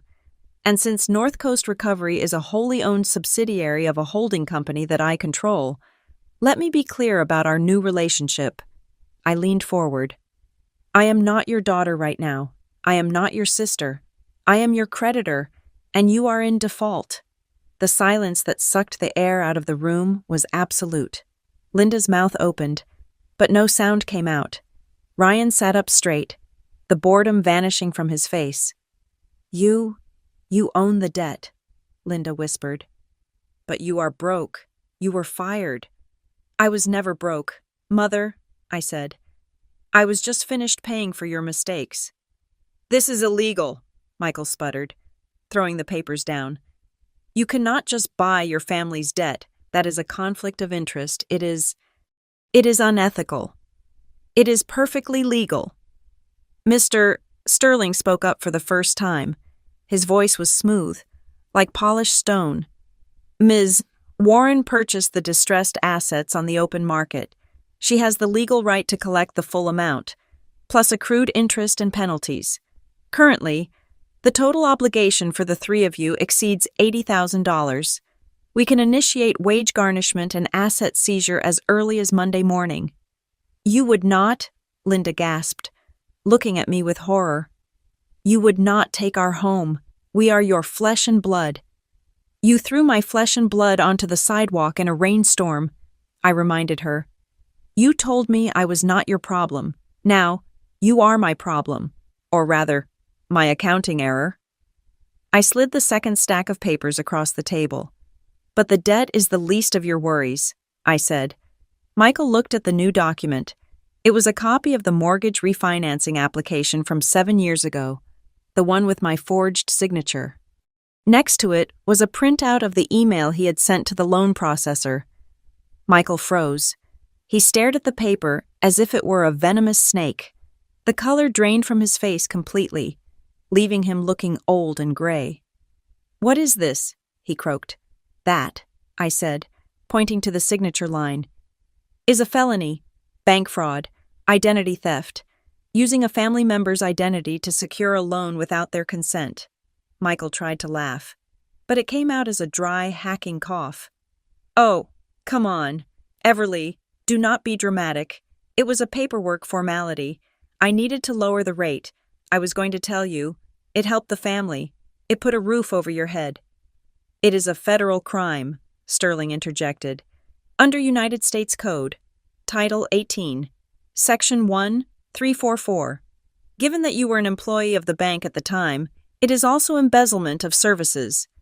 If this file is turned over to the Federal Bureau of Investigation, you are looking at a minimum of 5 years in a federal penitentiary, and the bank will strip your pension to cover their liability. Michael slumped back in his chair. He looked at me, and for the first time in my life, I saw fear in his eyes. Real, primal fear. You would send your own father to prison, he whispered. You sold my credit score for 0.5 percentage point, I replied. You risked my future to save yourself a few dollars a month. You stole from me, Dad, for years. Linda turned on me, her face twisting from shock into ugly, defensive rage. How dare you? She screamed. How dare you sit there and judge him? He did everything for this family. And you? You have been sitting on a pile of money this whole time, watching us struggle, watching me cry over bills. I watched you buy handbags you could not afford. I shot back. I watched you go to the spa while I worked double shifts. We are your parents, she yelled, slamming her hand on the table. We gave you life. You ungrateful, selfish little brat. You are profiting off our misery. Is that what you are? A vulture. I am not a vulture, I said calmly. I am the person who kept you from drowning for 10 years. I pushed the third stack of papers toward them. It was the itemized list I had created. Every transfer, every loan, every bill I paid. $42,000, I said. That is what I gave you. That is what I threw into the black hole of this family. I did not profit from you. I subsidized you. Ryan picked up the list. He saw his name next to the gaming equipment, the car repairs, the emergency cash. He went silent, shrinking into his hoodie. So here is the deal, I said, my voice hard. I have prepared a settlement agreement. I slid the final document across the table. It was thick, bound in a blue folder. Option 1, I said. You refuse to sign. I file the fraud report with the FBI and the bank today. I initiate immediate foreclosure proceedings on the house through North Coast. I garnish Michael's wages and Ryan's meager income. You lose everything. The house, the pension, your freedom. Michael flinched as if I had hit him. Option 2, I continued. You sign this agreement. You acknowledge the debt. You agree to a strict repayment plan managed by North Coast. You will pay back every cent, but over a timeline that won't leave you homeless. In exchange for my silence regarding the fraud and for holding off the lawsuit, you agree to a total and permanent severance. Severance, Linda asked, her voice trembling. What does that mean? It means you have no daughter, I said. It means you sign a legal document stating that you will never contact me again. You will never ask me for money. You will never mention my name to the press or anyone else. You will pretend I do not exist. If you break this agreement, if you send one text message, if you show up at my door, the fraud evidence goes to the police immediately. You want to divorce us? Michael asked, looking at the document with disbelief. After all we did for you. After all you did to me? I corrected. This is insane. Michael stood up, his face red again. I will not sign away my own child. You are insane. You think money makes you powerful. You are nothing without us. We made you. He was shouting now, the spittle flying from his mouth. You are a Monroe. You belong to us. You owe us everything. You are heartless, mute cold. Where is your humanity? I looked at him. I looked at the man who had terrified me for 2 decades, and I felt nothing. The fear was gone. The love was gone. There was only pity for a man so small he had to break his own child to feel tall. Sit down, Michael, I said. Do not tell me to sit down, he roared. I am your father. I raised you. I fed you. No, I said, standing up slowly. I was taller than him in my heels. You did not raise me. I raised myself. And since I was 18, I have raised all of you. I paid the bills you ignored. I fixed the problems you created. I was the adult in that house while you 3 played house. No one gets to tell me I owe them for a life I paid for myself. The room went deadly quiet. I reached into my briefcase and pulled out one last envelope. It was the one Arthur had given me, the one with the DNA test results inside. I held it in my hand, feeling the weight of the secret. You keep talking about blood, I said softly. You keep talking about how I am your property because of biology. I tossed the envelope onto the center of the table. It landed with a soft slap. What is that? Linda asked, eyeing it warily.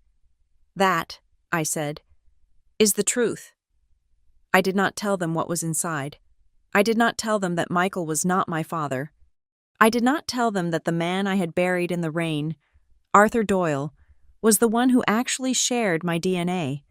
I did not give them the satisfaction of knowing the details. You have treated me like an asset for 29 years, I said, my voice cutting through the room like a scalpel. You thought I was a stock you could trade, a resource you could mine. You thought you owned me. I looked Michael dead in the eye. But the law requires proof of ownership, and looking at that envelope, I do not think you have it. I sat back down and signaled Mr. Sterling. You have 10 minutes to sign, I said, or I make the call.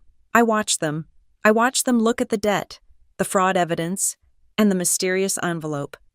I watched the arrogance crumble into desperation, and I waited for the scratching sound of a pen that would finally set me free. After the door clicked shut behind the 3 people I had spent my entire life calling family, the silence in the rented conference room was heavy. It was not empty, though. It was filled with the ghost of the man who had saved me. I sat alone at the cheap laminate table, my hand resting on the envelope Arthur Doyle had left for me. I had used it as a prop to terrify Michael Monroe, but I had not actually looked at the contents myself. Arthur had told me it contained the truth. He had told me it contained the reason why I never felt like I belonged in the gray house on Elm Street. I slid a letter opener under the flap. My hands were steady. Inside, there was a single sheet of heavy paper, written in Arthur's cramped, meticulous handwriting, and a stapled packet of official medical results. I read the letter first. My dearest Everly, if you are reading this, it means the Monroes have pushed you to the edge. I am sorry I could not be there to hold your hand when you found out. The truth is simple, and it is painful. Michael Monroe is not your father. I stopped breathing for a moment. The words blurred, then sharpened again. Your mother was named Sarah. She was a supply logistics officer in the Army, the bravest woman I ever knew. We were not married, but we were in love. She deployed when you were 6 months old. She left you in the care of her best friend from high school, Linda Monroe, because I was overseas working a contract and could not get back in time. Sarah died in a training accident in Germany. She never came home. I read the next paragraph, and the coldness in my chest turned into a burning rage. I tried to come for you. I filed for custody, but back then, I was just a grief-stricken contractor living out of a suitcase. Michael was a rising star at the bank. He and Linda went to court. They argued that a single man with a travel-heavy job was unfit. They argued that you needed a stable, 2-parent home.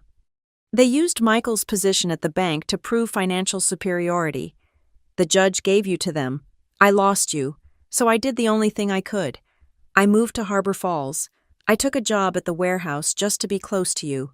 I watched you grow up from a distance. I waited until you were old enough to choose. I built this company not for me, but for you. You are not a Monroe, Everly. You are a Doyle. You have logistics in your blood. I put the letter down. I picked up the DNA test. Probability of paternity 99.9%.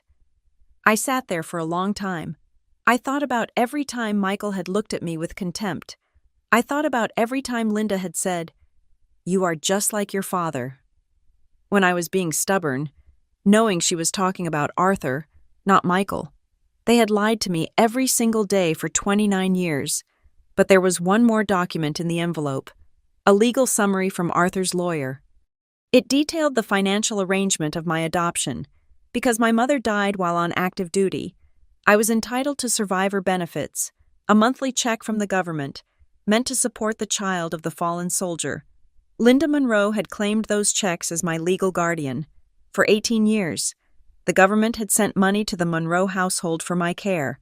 Money for clothes, money for college, money for food.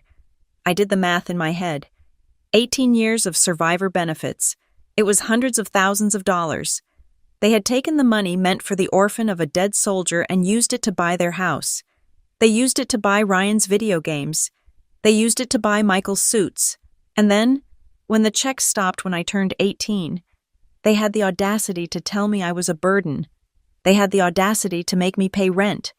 They had not just used me as a servant, they had embezzled my tragedy. I stood up. The chair scraped loud and harsh against the floor. "Mr. Sterling," I said, calling my lawyer back into the room. "I have a new instruction." "Yes, Ms. Warren." "I want you to contact the Department of Veterans Affairs," I said.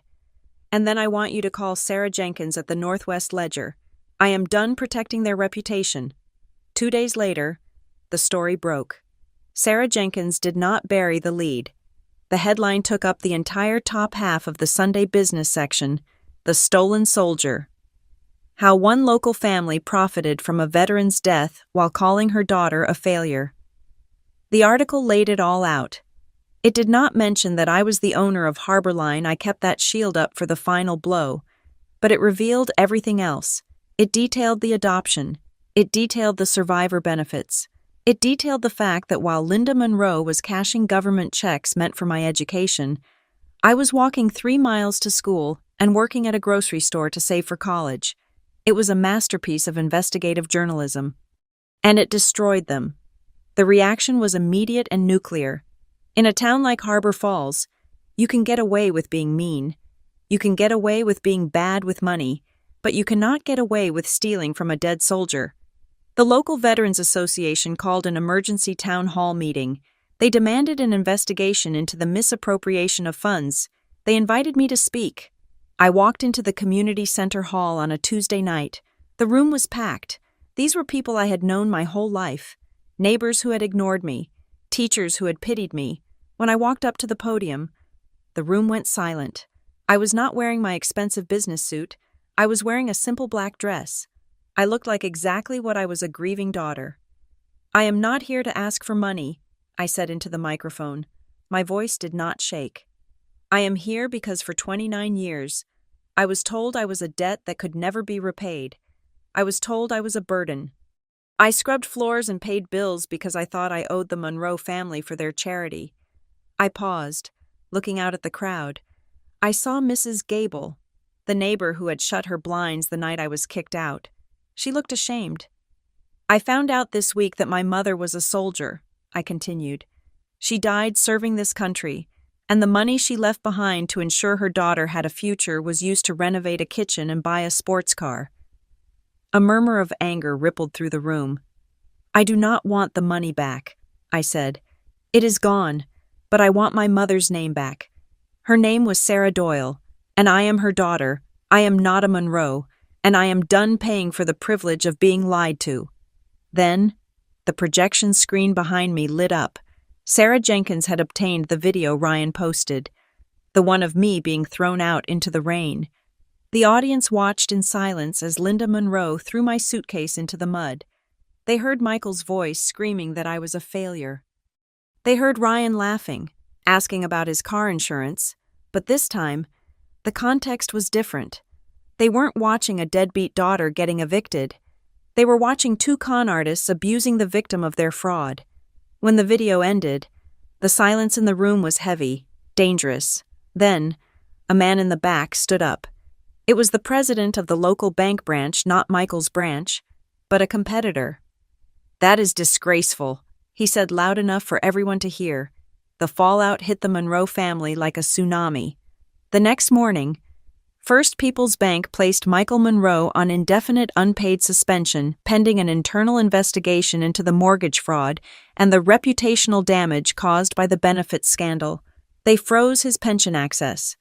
The man who had defined himself by his job was suddenly stripped of his title, his income, and his dignity. He was escorted out of the building by security, holding a cardboard box, just as I had been. Linda found herself a pariah. The local country club, where she had spent years trying to social climb, revoked her membership, citing a moral clause in the bylaws. When she went to the grocery store, the cashier, a woman whose son was in the Marines, refused to bag her groceries. Linda had to bag them herself while the line behind her watched in cold judgment. But the sweetest justice was reserved for Ryan. The internet, which Ryan had worshipped as his savior, turned on him with the ferocity of a pack of wolves. The story had gone viral. The gaming sponsors he had courted, energy drink companies, headphone manufacturers, wanted nothing to do with a streamer who mocked a veteran's orphan. He lost his affiliate status on his streaming platform. His channel was flooded with comments calling him a parasite. He was effectively canceled. The empire he was building collapsed in 48 hours. They were isolated, they were broke, and they were terrified. Reporters were camped out on the lawn of the gray house on Elm Street. They were shouting questions through the mail slot. "Did you spend the money on the remodel? Did you know she was Arthur Doyle's daughter?" I watched it all from my office at Harborline. I did not give any more interviews. When the press asked for a follow-up statement, I sent a single line. "I do not wish for them to be humiliated. I only wish for the truth to be solvent." It was the high road, and it made the public love me even more. They saw a saint. They did not see the woman who was holding the debt papers that would turn the Monroes into indentured servants. 4 days after the town hall meeting, my phone rang. It was not Linda. It was their lawyer. Not a high-powered defense attorney, but a court-appointed mediator. They could no longer afford their own counsel. "Ms. Warren," the mediator said, sounding exhausted, "my clients are ready to surrender. They cannot take the pressure anymore.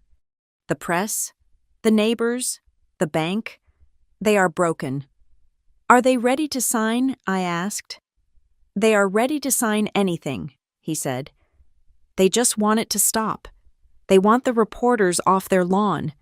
They want the bank to stop threatening federal charges. They are asking for mercy."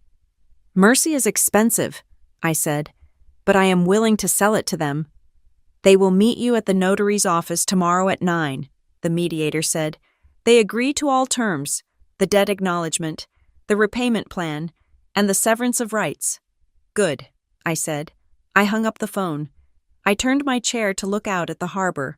The rain had stopped, and the sun was breaking through the gray clouds, illuminating the white trucks of Harbor Line Logistics as they moved cargo across the city. I touched the locket I now wore around my neck. Inside was a small, grainy photo of a woman in army fatigues, smiling at the camera. Sarah, my mother. "We got them, Mom," I whispered. "And tomorrow, we take back our name." The stage was set for the final act. They thought they were signing a financial agreement. They did not realize they were signing the final admission that they had never been a family at all. They were just a failed business partnership, and I was the liquidator coming to close the books. The conference room at the law firm was quiet, sealed off from the chaos that had consumed the streets of Harbor Falls. The blinds were drawn to keep out the telephoto lenses of the reporters camped on the sidewalk, but the hum of the city still vibrated against the glass. I sat at the head of the mahogany table, my back straight, my hands clasped over a file folder. A camera was mounted on a tripod in the corner, its red recording light blinking a steady, unblinking rhythm. I was not there to argue. I was not there to negotiate. I was there to accept a surrender. The door opened, and the Monroe family walked in. They looked like ghosts of the people who had thrown me out into the rain just months ago. Michael Monroe, once a man who wore his arrogance like a suit of armor, was slumped over. His shirt was unpressed, and his face was gray with the exhaustion of a man who had been interrogated by bank auditors for 48 hours straight. Linda Monroe, stripped of her country club status and her social standing, looked small and brittle. She clutched her purse as if it were the last thing she owned. Ryan walked behind them, his hood up, his eyes fixed on the floor. He looked like a child who had finally realized that the game had no reset button. Their court-appointed attorney, a tired man named Mr. Henderson, gestured for them to sit. "We are here to finalize the agreement," Mr. Henderson said, his voice lacking any fight. "My clients are prepared to accept the terms discussed in the preliminary mediation." I nodded to Mr. Sterling, my lawyer. He placed 2 distinct stacks of documents on the table. "This is not a negotiation," I said, my voice clear and cold in the silent room. "This is a binary choice. You sign or you do not sign. If you do not sign, I leave this room and go directly to the Federal Bureau of Investigation with the fraud evidence. If you do sign, the evidence goes into a vault, and North Coast Recovery begins the restructuring process." Michael looked up. His eyes were bloodshot. "Everly," he started, his voice cracking. "You have to understand. I was a victim too. The bank put so much pressure on us. The quotas were impossible. I only did what I had to do to keep this family afloat. I never meant to hurt you. I was trying to survive the system." I raised my hand, cutting him off mid-sentence. "Stop," I said. "I do not want your excuses. I do not want your narrative. I am not your daughter right now. Michael, I am the woman holding the deed to your life. I just need a signature, not a speech." Michael's mouth snapped shut. He looked at the camera in the corner, then back at me. The fight drained out of him. He realized, finally, that his voice held no power over me anymore.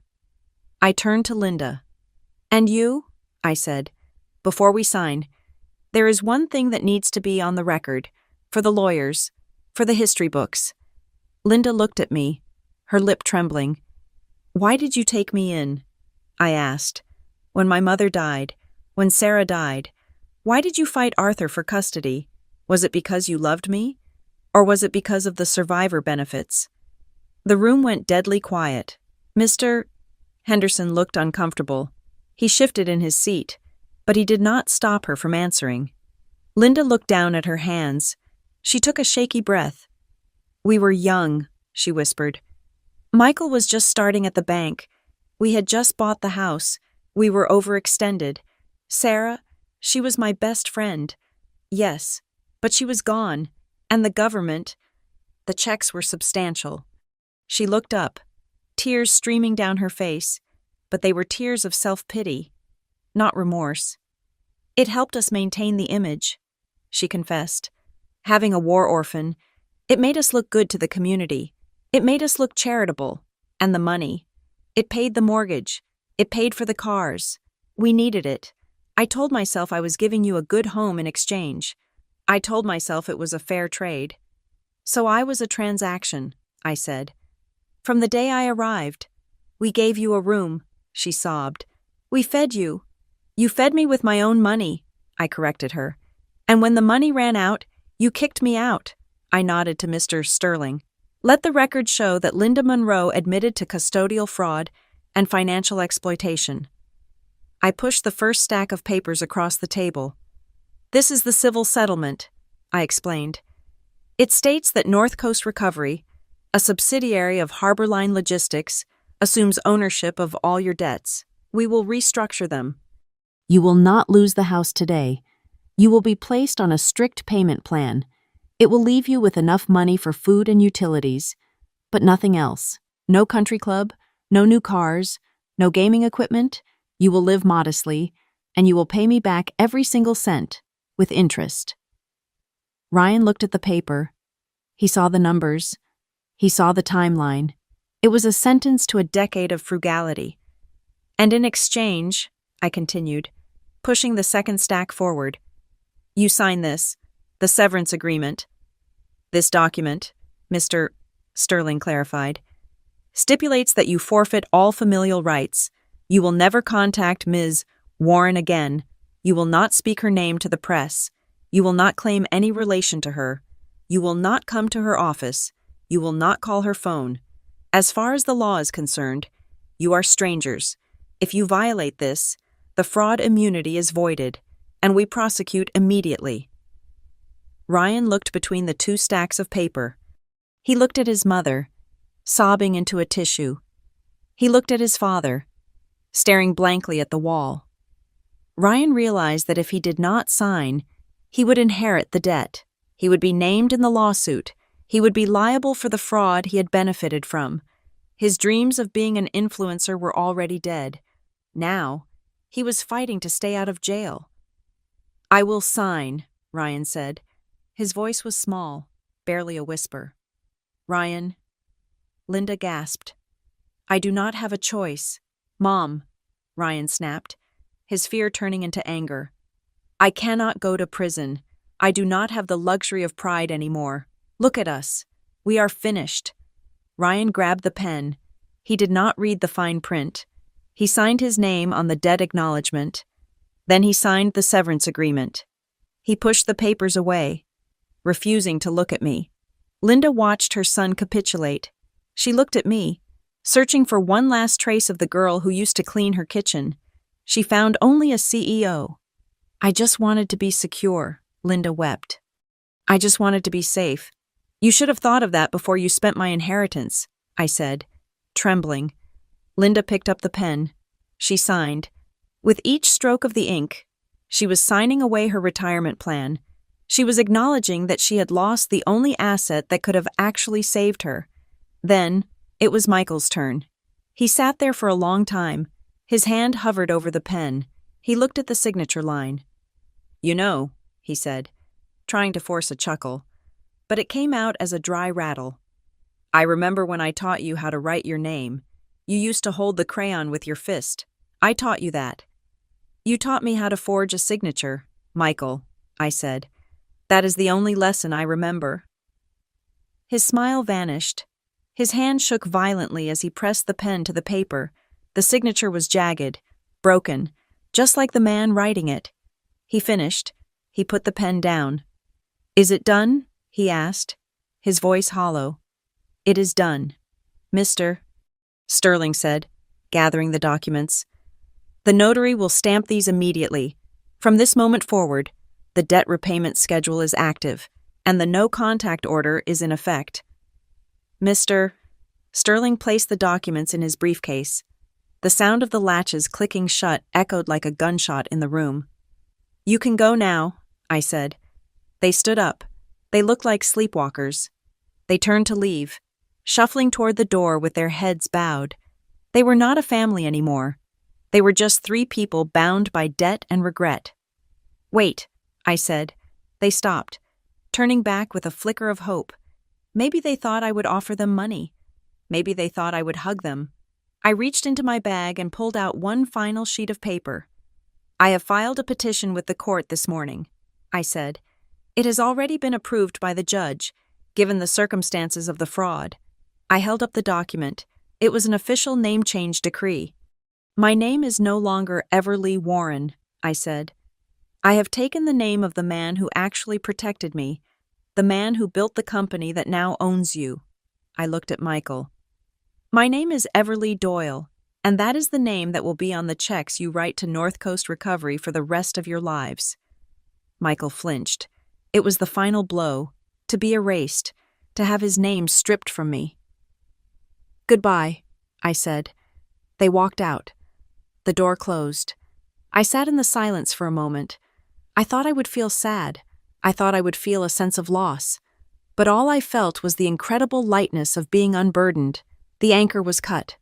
I stood up and walked out of the conference room, past the cameras, past the reporters who shouted questions I would never answer.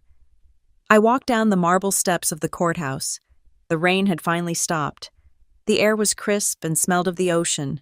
I stood on the steps and looked out toward the harbor. In the distance, I could see the massive cranes of the port, silhouetted against the setting sun. I saw a white truck with the blue wave logo of Harborline Logistics merging onto the highway, carrying goods that would keep the city running. My phone buzzed in my pocket. I pulled it out. It was an email notification. Subject proposal approved. From the Arthur Doyle Veteran Support Fund. Message Ms. Doyle. We are honored to accept your endowment. The scholarship program for children of fallen soldiers will launch next month. Your mother's name will be on the building. I smiled. A real smile, not the polite mask I had worn for years. I put the phone away and walked down the steps toward my car. It was not the old beige sedan anymore. It was a sleek black coupe that I had bought with my own money, registered to my own name, the night I lost my job. My father called me a failure and my mom kicked me out. They thought that was the end of my story. They did not know it was just the prologue. That night was over. The storm had passed. And as I started the engine and drove toward the harbor, I knew that the real story, the story of Everly Doyle, was just beginning. Thank you so much for listening to this story. I would love to know where you are tuning in from. So please drop a comment below and share your thoughts on Everly's journey. If you enjoyed this story, please make sure to subscribe to the Maya Revenge Stories channel, like this video, and smash that hype button so we can share this story with even more people.